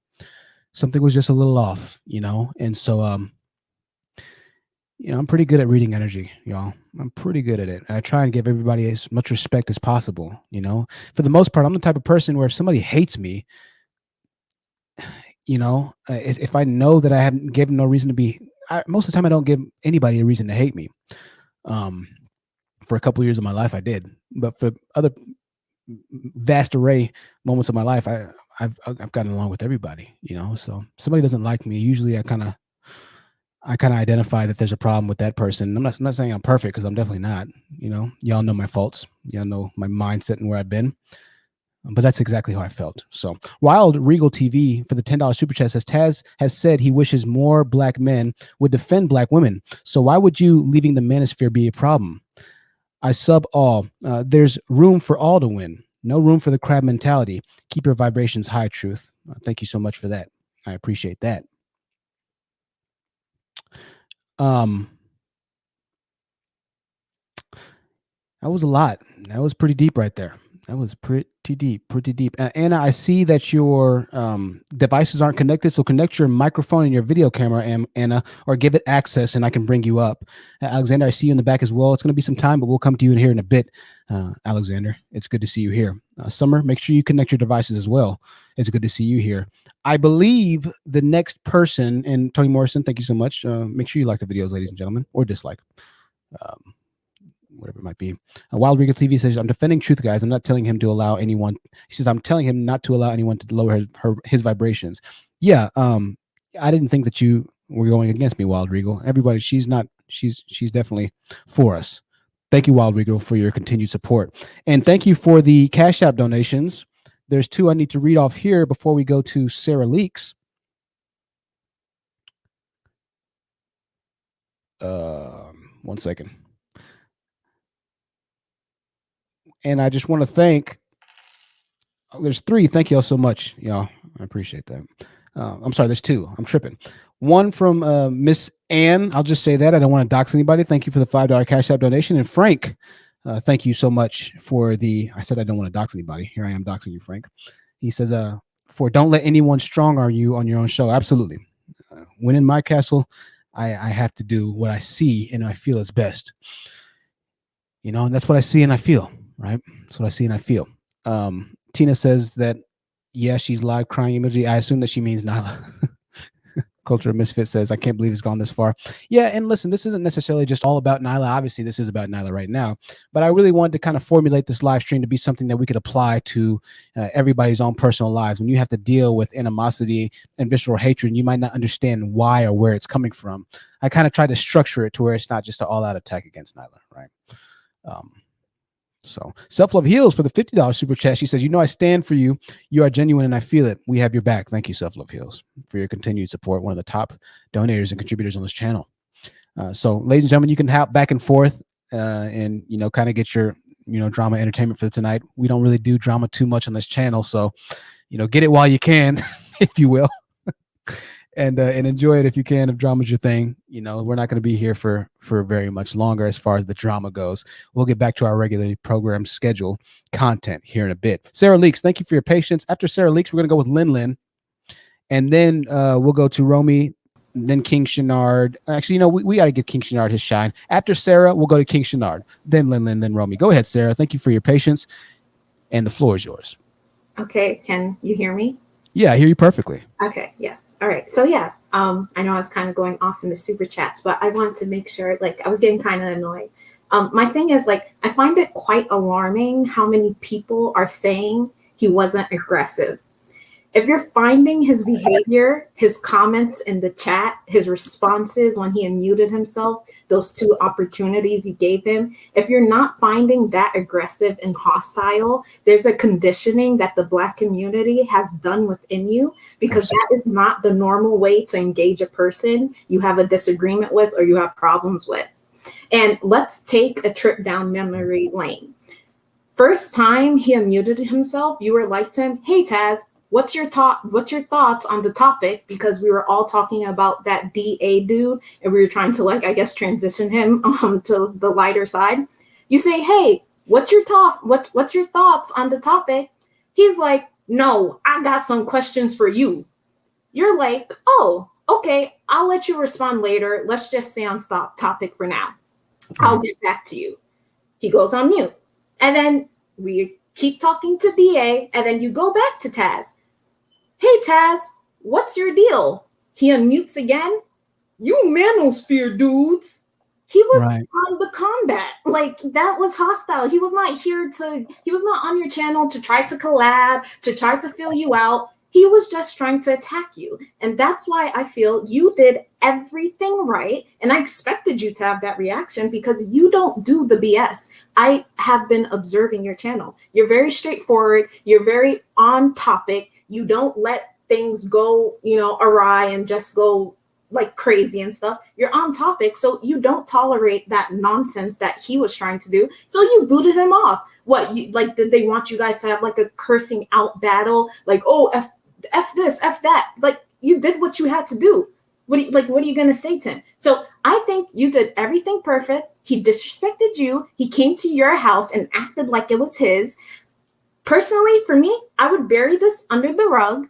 Continue on with your content. Do not reach out to him because he should be reaching out to you and apologizing. You do not need to reach out to him because he came to your house and tried to disrespect you like he owned your channel.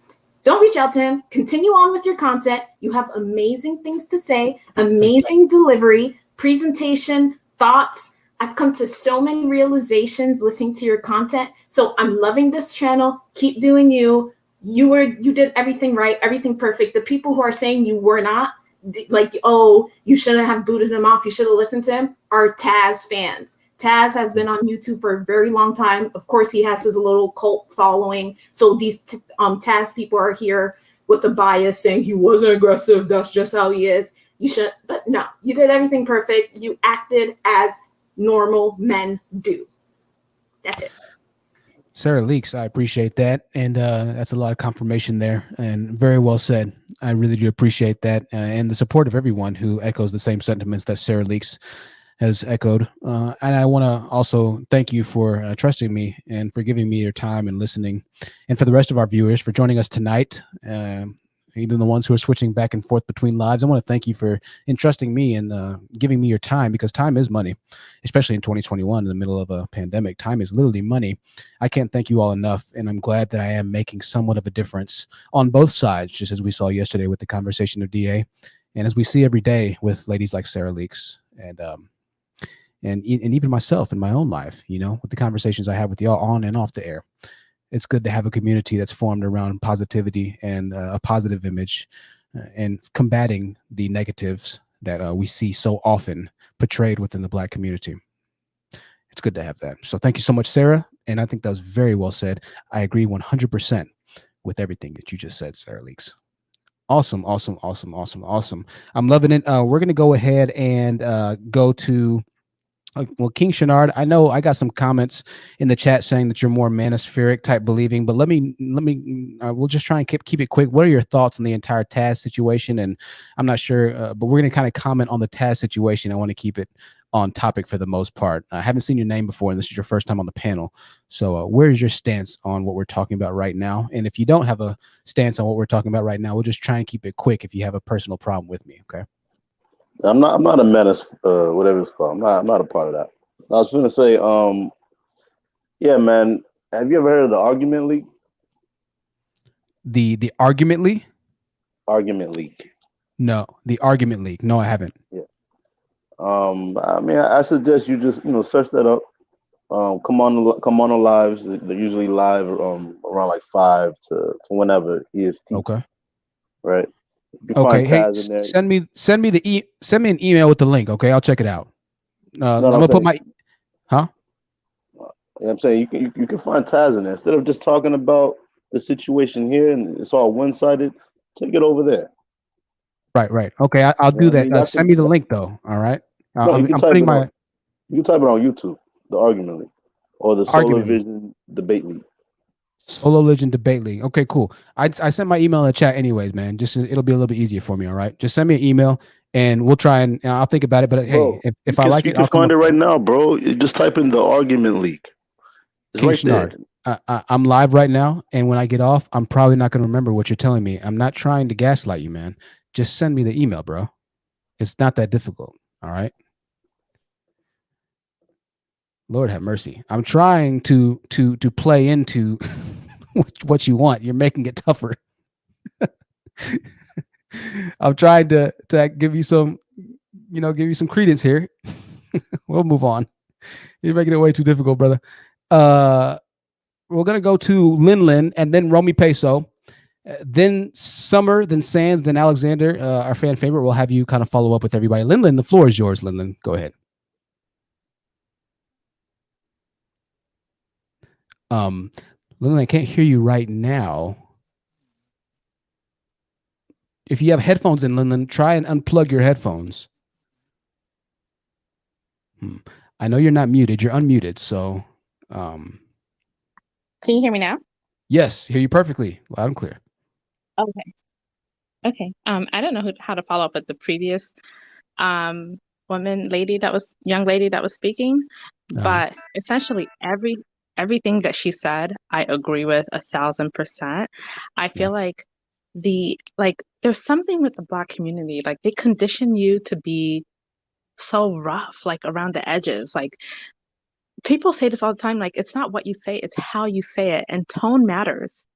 Tone matters, and besides however he was behaving in the chat, because I wasn't really paying attention to that when that stream was going on, but like when he came in, like his tone was aggressive, and if you don't feel that, like you probably need to like take another look at, you probably need to internalize something with that, because there are many people like that I've like in the community that I grew up with that like thought that I was weak or thought that I was like I should be tougher, because they would come at me like aggressively and they expected me to like react with that same aggression, or like they would call you weak if you don't like take too kindly to like the way that people address you, or they want to be able to speak to you however, and for you to just accept it, and that's not okay. Like, so I just wanted to say, like, I definitely agree with that, the young lady that spoke earlier about how like there's a conditioning that like people want you to be like this rough, tough, and it's part of like that hardness, right? They're kind of grooming you to be hard because they're so hard, and so like that's where like that grooming comes in. It's like they want you to be like, they want to like sharpen you and make you like just as hard and just as rough, and that's where that attitude comes from. And so it's not normal. Like it's not normal. And when you speak, like when you leave Blackistan and when you leave those communities and interact with other people, that's how you come off. Like you come off aggressive, and it's because of that hood mentality. It's because of that way that people interact with one another, that they think is natural, and it's not. It's very aggressive, and it's very off-putting. And not just that, but like I'll even say this: it's like it's so sad that the Manosphere people, they can come together and it's a love fest when they're hating on us Black women, but people are trying to defend us Black women, and that's where the drama is. Like there's something wrong with that. Like why are we sitting here getting into fisticuffs with people online? Like this is not real life. Online, right? We're getting into fisticuffs with people who are trying to, because over Black women, over the defense of Black women. But people can come together in a love fest hating Black women. Right. Like, do you not understand how like ridiculous and crazy that is? My goodness. And then, that's just insane. That's really wild. Go ahead, Lennon. Yeah. And lastly, and I'll get off because I can't stay on too long, but the last point is like to want to dox someone over this. Like I can't, like I know you say kind of jokingly at times, oh sorry I doxed you, but like doxing is like more of a serious thing from what my understanding of it. It's like you want to like expose people's like personal things to like ruin their life. Like to want to dox somebody because of that, like I can't think of the last time that I've wanted to ruin somebody's life over like I've never like rationalized in my mind that like now I'm gonna ruin your life. Yes. Like that is like so insane and so like something out there in a response. Very sadistic. Yeah. Right, because of a disagreement or because of miscommunication, or even if say somebody even did kick you off the panel, like, hey, somebody might have done something to me. I have never responded with, I want to ruin your life. Like that's somebody would have to like have committed murder against someone that you loved or something like that to want to like ruin their lives. Like, I don't know. Like, it just seems like a very extreme about face and an extreme point to go to over a disagreement online. Like it's just there's something off there. And if people think that this is normal, you really need to take another look at yourself, because none of this is normal. And there's nothing, absolutely nothing that happened in that last stream that cannot be fixed with a simple conversation if people are willing to have it. And even if you're not willing to have it, you can just move on with your life. That's it. Like, why go to the point of trying to ruin someone? That is not normal. And if you think it is, you need to check yourself. And that's it. Perfectly said, Lin. You are absolutely on the money. It's indicative of a very, very, very deep, sinister issue. When you feel that you need to ruin somebody's identity, to put them at risk, sharing their locations and encouraging people to do harm or violence to them, which could in turn actually do harm or violence to the people that you send out to do the harm or violence, you create a situation to where if law enforcement does get entangled into it, you might be held responsibly legally for taking part in that issue, right? It's what's known as RICO laws, when you are a conspirator in the movement or in seeking out harm or threatening or illegal engagement or activities from one party to the other, right? They use it a lot of times in gang terminology, right? RICO charges. Anna Grape with a $50 super chat. Perfect commentary by Lin. I appreciate that, Lin. She says, I think fake fans in Taz's chat set him up and told him you were currently a part of the Manosphere. It doesn't make sense. Panel, please consider this before being so mean. I love your content, THT, and respect everything you do to support Black women. Keep going. Thank you, Anna, for the support. And I think that's an interesting theory. Maybe they did tell him I was a part of the Manosphere currently. Maybe he was confused, right? I'm not sure. But I think that Lin still brought up a really good point. Charlie Brown, I see you in the back. It says your devices aren't connected, dear. So connect your microphone or there you go, or your camera, and we'll come back to you in a bit, Charlie Brown. I think that is a very, very, very interesting point to bring up. And maybe, hey, maybe that's the case. Once again, it doesn't excuse necessarily the actions and kind of the doxing that they want to do against me or whatever it might be. You just don't respond that type of way. There's something a little off there, right? Something a little off. I don't care if somebody came up to my panel and cursed me out.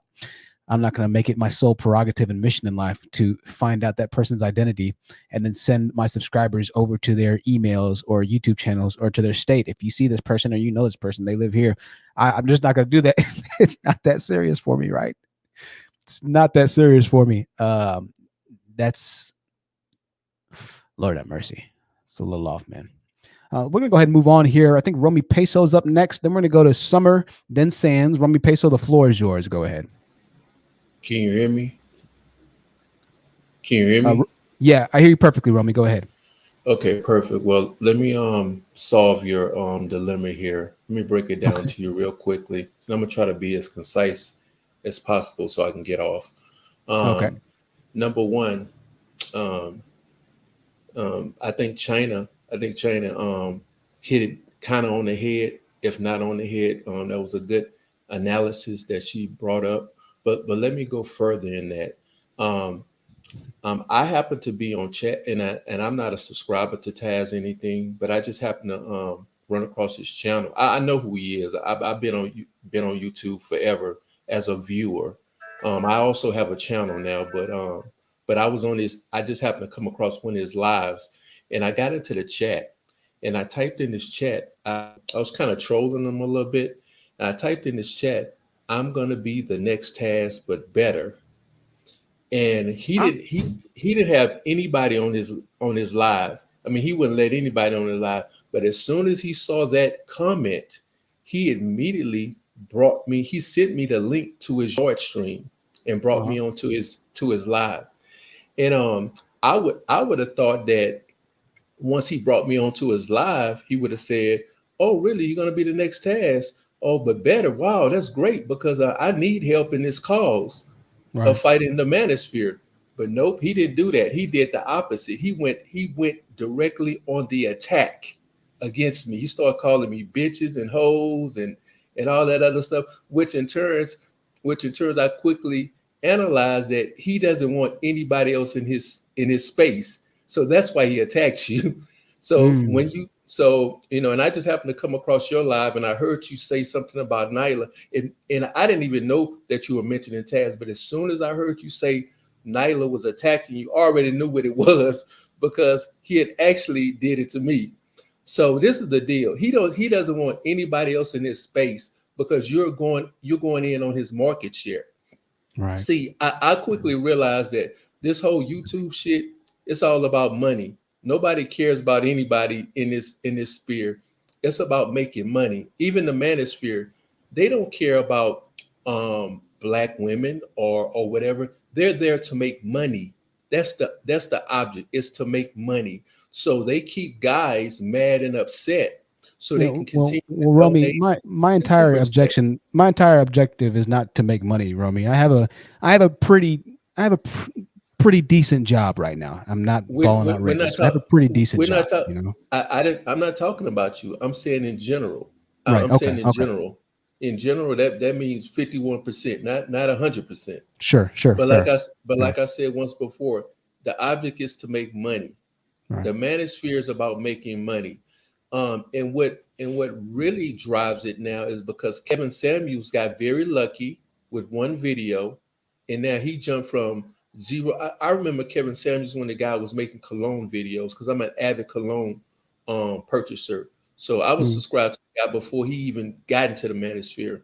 So, but once people see people get moderate or just YouTube fame, it drives people to get on YouTube and start channels, and they're not about they don't believe in what they're saying.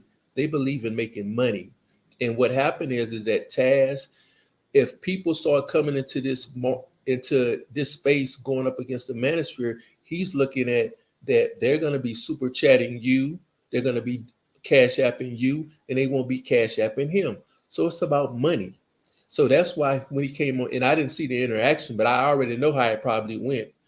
That's why he attacked you, because it doesn't make sense for somebody to attack you if you're doing the same thing they're going to be doing. If it's an honest crusade, he needs help, but it's not. It's about money. So that's all I have to say. You have a nice night. Hey, you too, Romy. I appreciate that point, man. I think you brought up a really good point and a really interesting point there. Yeah, I think that's spot on. And sorry that happened to you, man. But I'm glad that you shared that story. Very interesting. Yeah, if somebody said, "Hey, man, I want to be a better honest truth," I'd be like, "Man, I think that's awesome. I'll try and teach you as much as I can. I'll share your channel as much as I can. I'll do everything I can for you. You can have my old microphone I have sitting in the closet. You can have my webcam here, because you'd be on my side. I don't understand. I wouldn't. I see it as a compliment, But I think that market share thing is a great point. But all Taz has to do, all he would have to do is just email me, and I would have no problem sharing his channel too, right? So I don't know. I don't know. All you have to do is reach out to me. Everybody that's reached out to me and shared my channel and content, I've shared it to excruciating lengths. The links are still up right now of Nyla's videos. Hey, what can you do? Romy, it's a great point there. We're going to move on to Summer. Summer, thank you for your patience. Then Sands after Summer. Summer, the floor is yours, my dear. Thanks again for your patience. I appreciate you. Surely. I'm not certain if you can hear me clearly. Yeah, it's a little muffled. If you're using a microphone, try and hold that mic a little bit closer to you. Sure. I actually am using my Mac, and I was resting, so I'm just trying to reposition it so you can hear me. Is that better? It's a little scratchy. But scratchy? How about that? There you go. That's much better. Okay, great. So I've been on this channel before. I actually was on Taz's live, I want to say maybe 2 years ago. And the topic was interracial dating. I was new to the entire space. I was very fearful to go on the channel just because the reputation of what goes on there. But I must say, I was pleasantly surprised that Taz showed the utmost respect. And as a result of, just having that exchange about IR dating and the level of respect that he showed me, I showed him as well.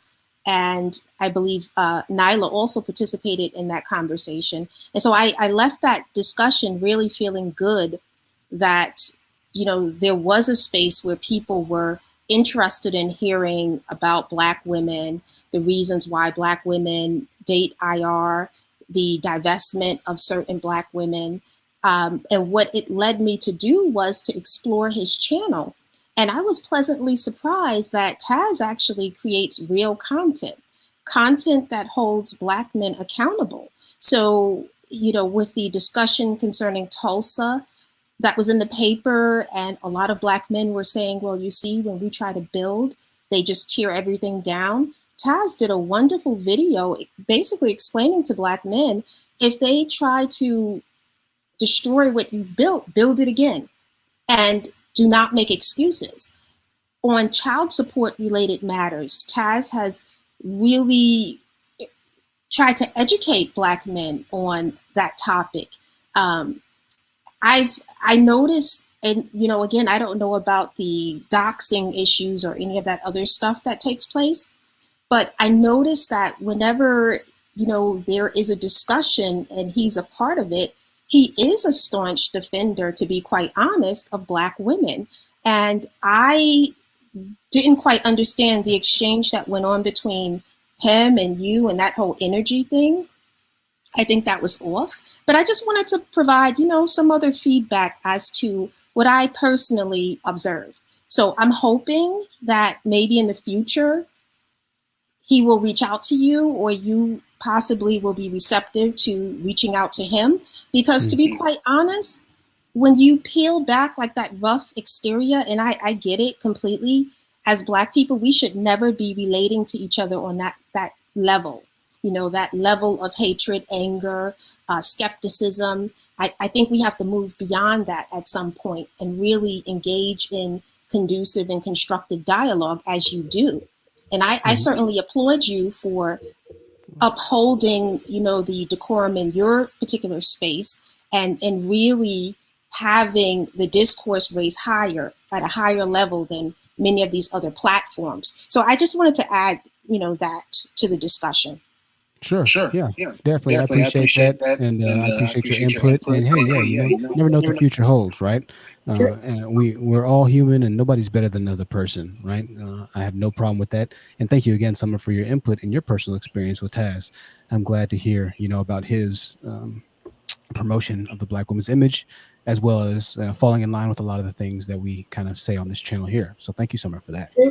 Can I respond to what she said real quick, please? Yeah, go ahead. Yeah, so I think, and that's where I start to get a little, you know, annoyed with these Taz fans, because no one, like, that's not the point of the discussion. Sure, he supports Black women. The problem is that he didn't open up the phone call with Truth saying, hey, brother, you know, I also have a channel where I'm trying to do this thing for Black women, standing up, protecting Black women. That we're not arguing his content. We're arguing what he came, like how he came to this channel and how it was just uncalled for and very hostile and combative.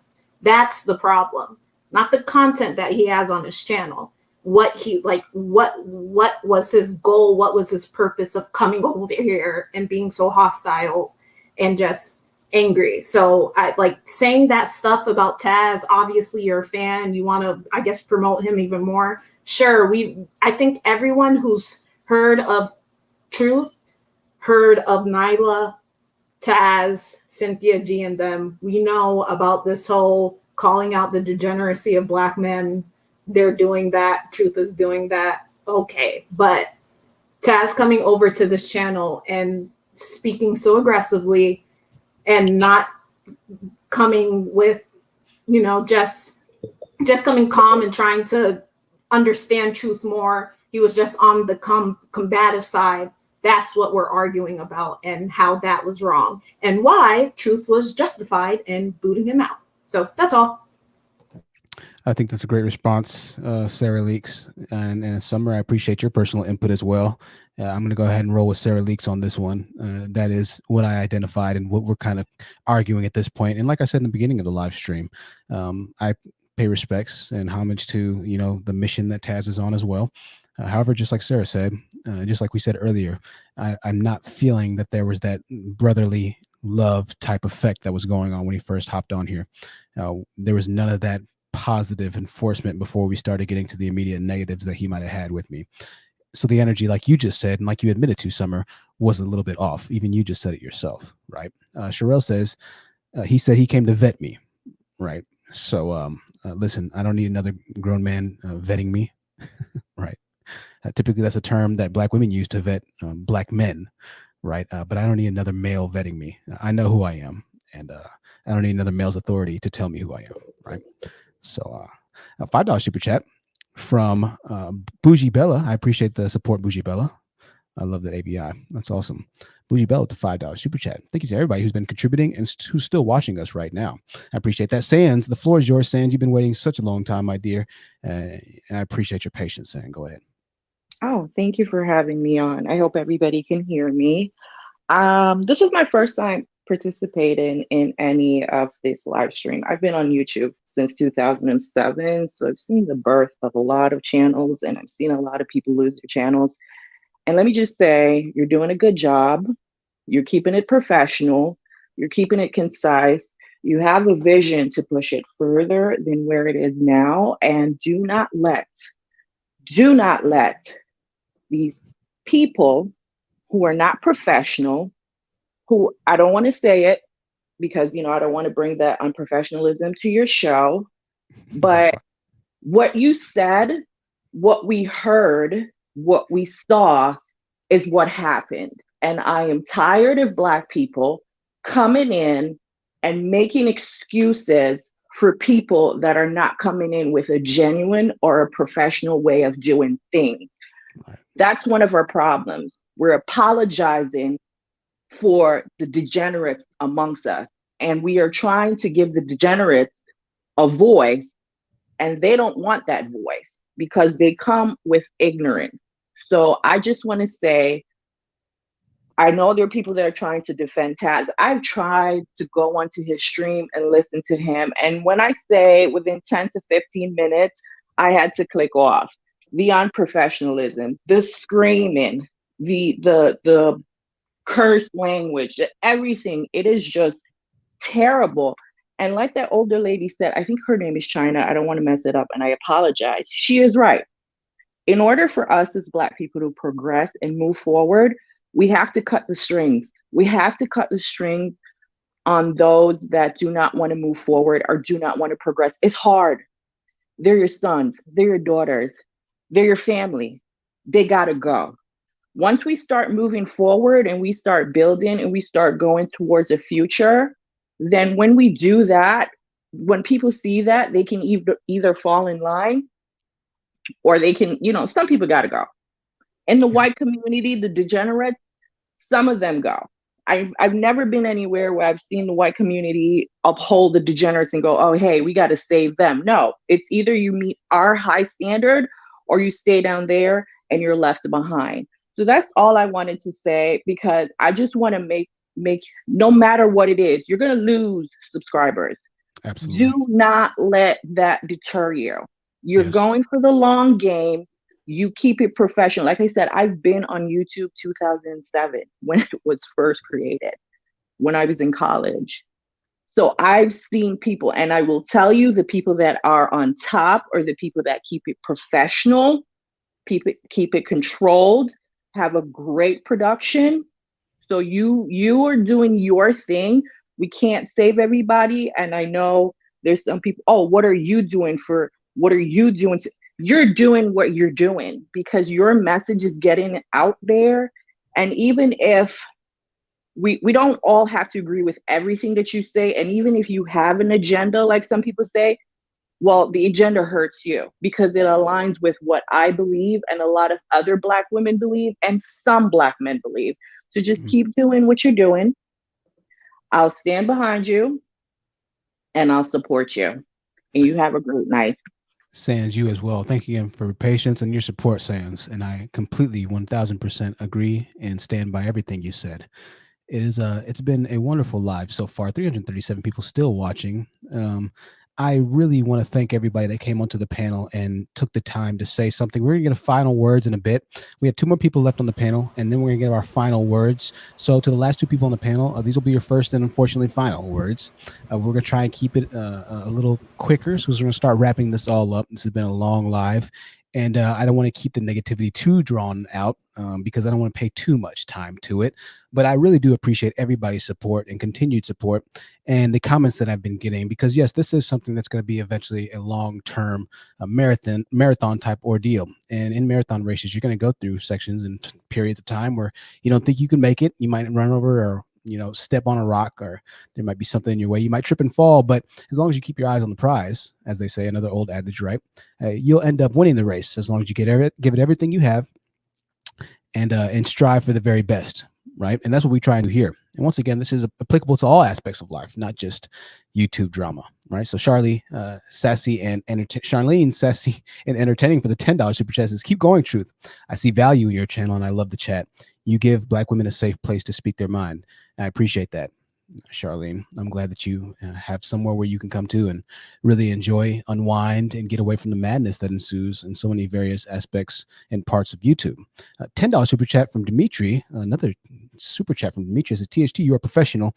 I respectfully suggest you keep it positive, as you always do, and protect your personal brand, peace, and integrity.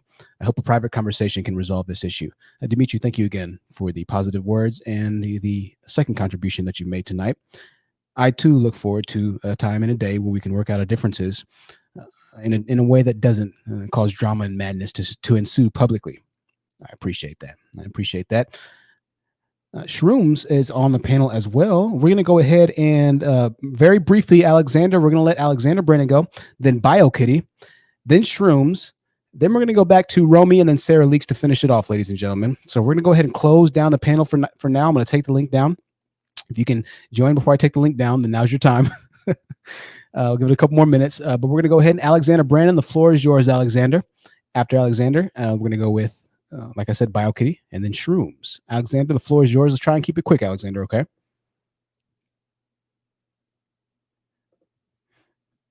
Alexander? Can you hear me? I hear you, man. I hear you, buddy. What's going on?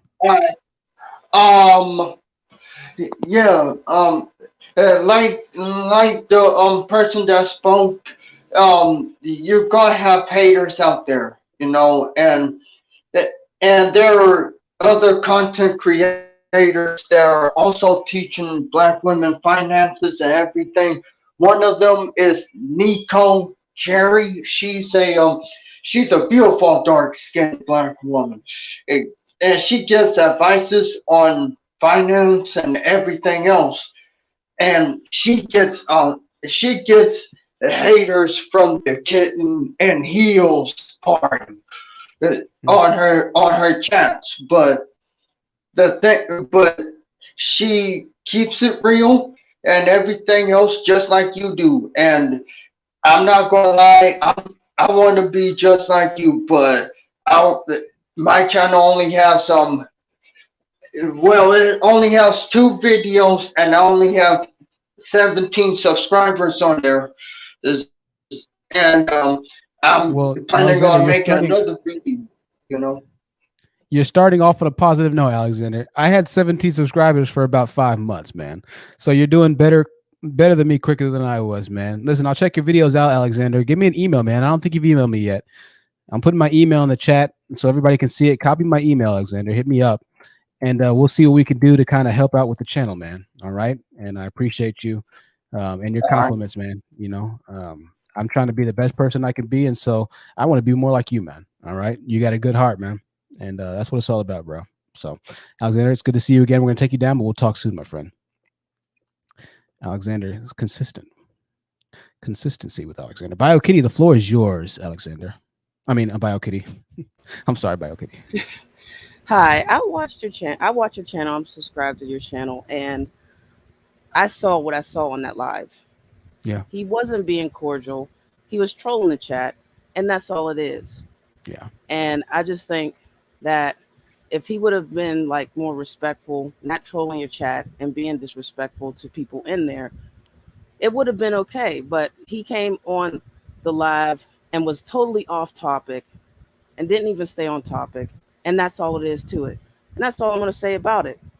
So just keep doing you and just ignore the haters because you're going to have haters. It's I mean, that means you're doing something. You're doing something right if you got haters, That's you it. know? That's So it. just keep doing you. And I think that's all I'm going to say. Y'all have a good night and You, get some rest. you as well, Bio Kitty. I love All it. right. I love it. Right to the Mm-hmm. point. I love it. All right, Bio Kitty. Mm-hmm. Talk soon. Bye. See ya. Bio Kitty, ladies and gentlemen. Straight, direct to the point. I like it.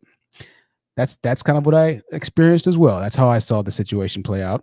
I guess, a lot of people see a lot of different things. That's a good thing about us. We're all different. We're all unique. We all have perspectives of how we see things. However, I think it's a pretty clear and concise perspective, and I think we were all looking through the same lens at the situation we're referring to. Shrooms, the floor is yours, Shrooms. I appreciate everything you've done for the channel. One of the top channel contributors. And what did you think or feel about the situation? Hello. Hi. Hi. So I have an opinion about before this guy Taz came on, there was another male YouTuber who was picking at you, I feel unfairly. And one thing I do notice is that the one who was picking at you before talks about the problems in the Black community with Black men, the lack of marriages, blah, blah, blah. Taz talks about things that are similar. But for some reason, when you say the same very things that they're saying, it's a problem. And only they can say it, and you're not allowed to say it. And I think they also have a problem with the people who are financially supporting you. And, like myself, I support you because I like your content. That doesn't mean that there only has to be one. I'm definitely open to other people, but we support you because we like your content, and it doesn't have to be only one. And that's really all I have to say. Thank you, Shrooms. I appreciate all of your support and everything that you've done. And it really means the world.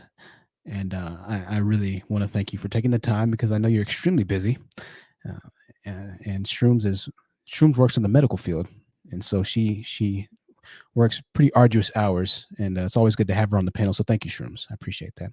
Black Women Sisterhood, the floor is yours. Then we go back to Sarah Leaks, and then we'll kind of round this entire thing out. Actually, we'll go back to Romy Peso after Black Women Sisterhood. Then Sarah Leaks will be the final guest for the evening tonight. Black Women Sisterhood, the floor is yours. Okay, so Truth, I just want to start off by saying I hope that this has not brought your spirits down. I do kind of feel like you kind of let down a little bit because, I feel like you kind of looked up to them with them being kind of in the same sector that you're in, which is kind of waking up Black women, which is supposed to be the end goal. Right. And so I feel like that's just a common thing that happened with ignorant ghetto people. Like they can't understand when people are trying to flatter them.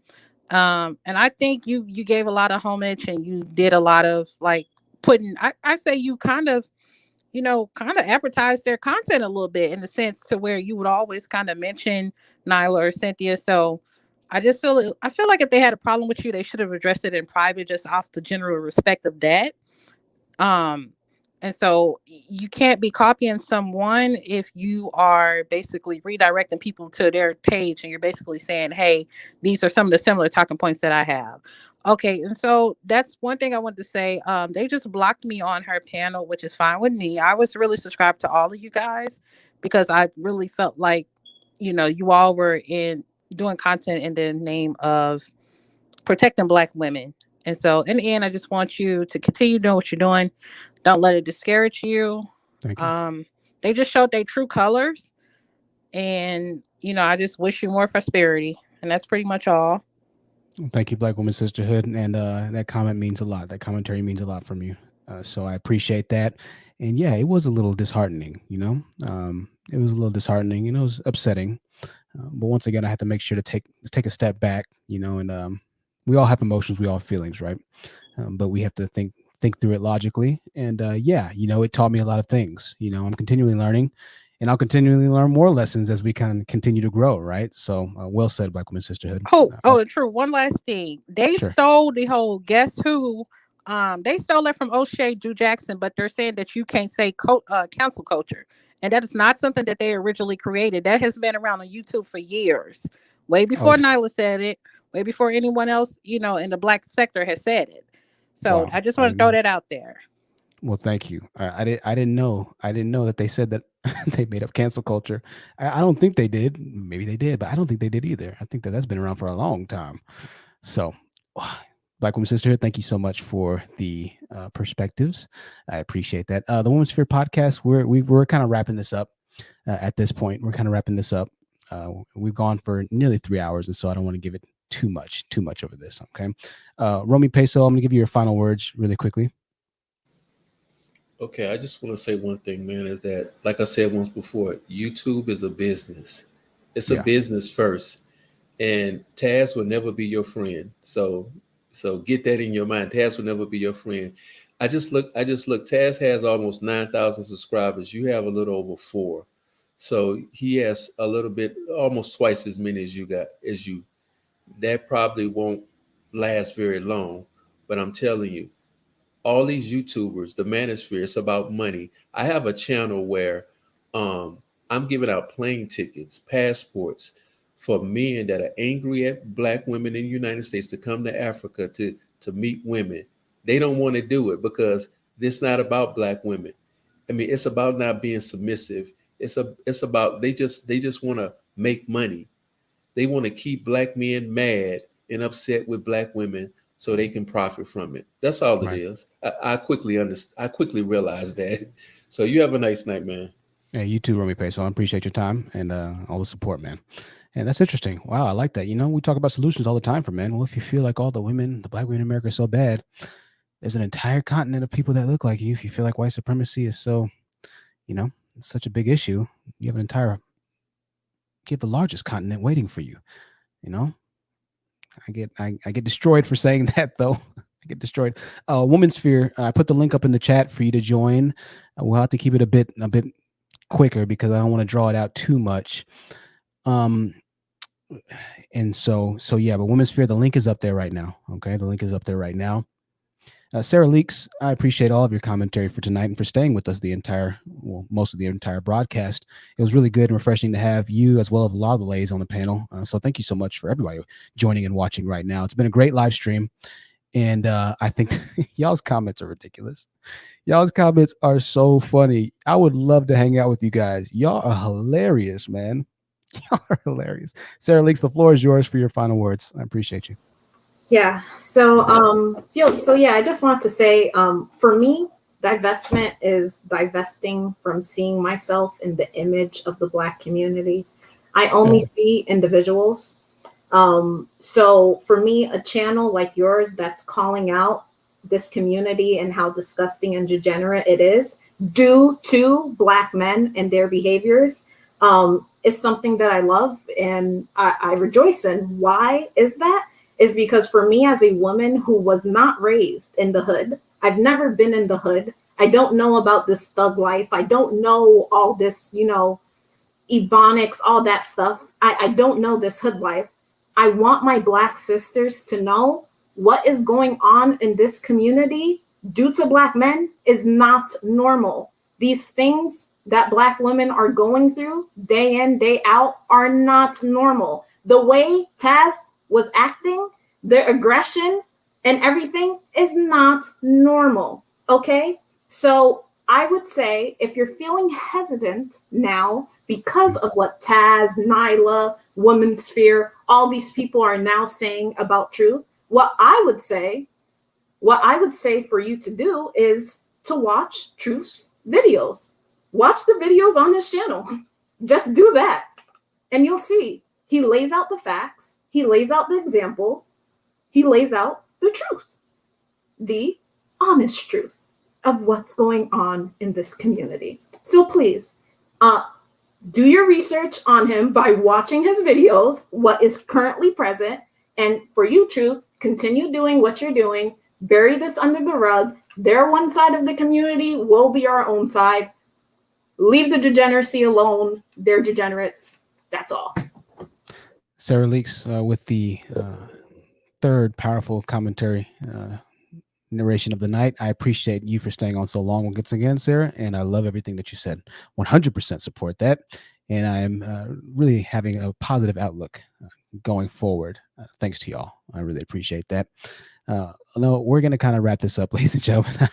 We've drawn it out long enough. A Black Woman Sisterhood came up for one more word. Black Woman Sisterhood, one of the channel OGs.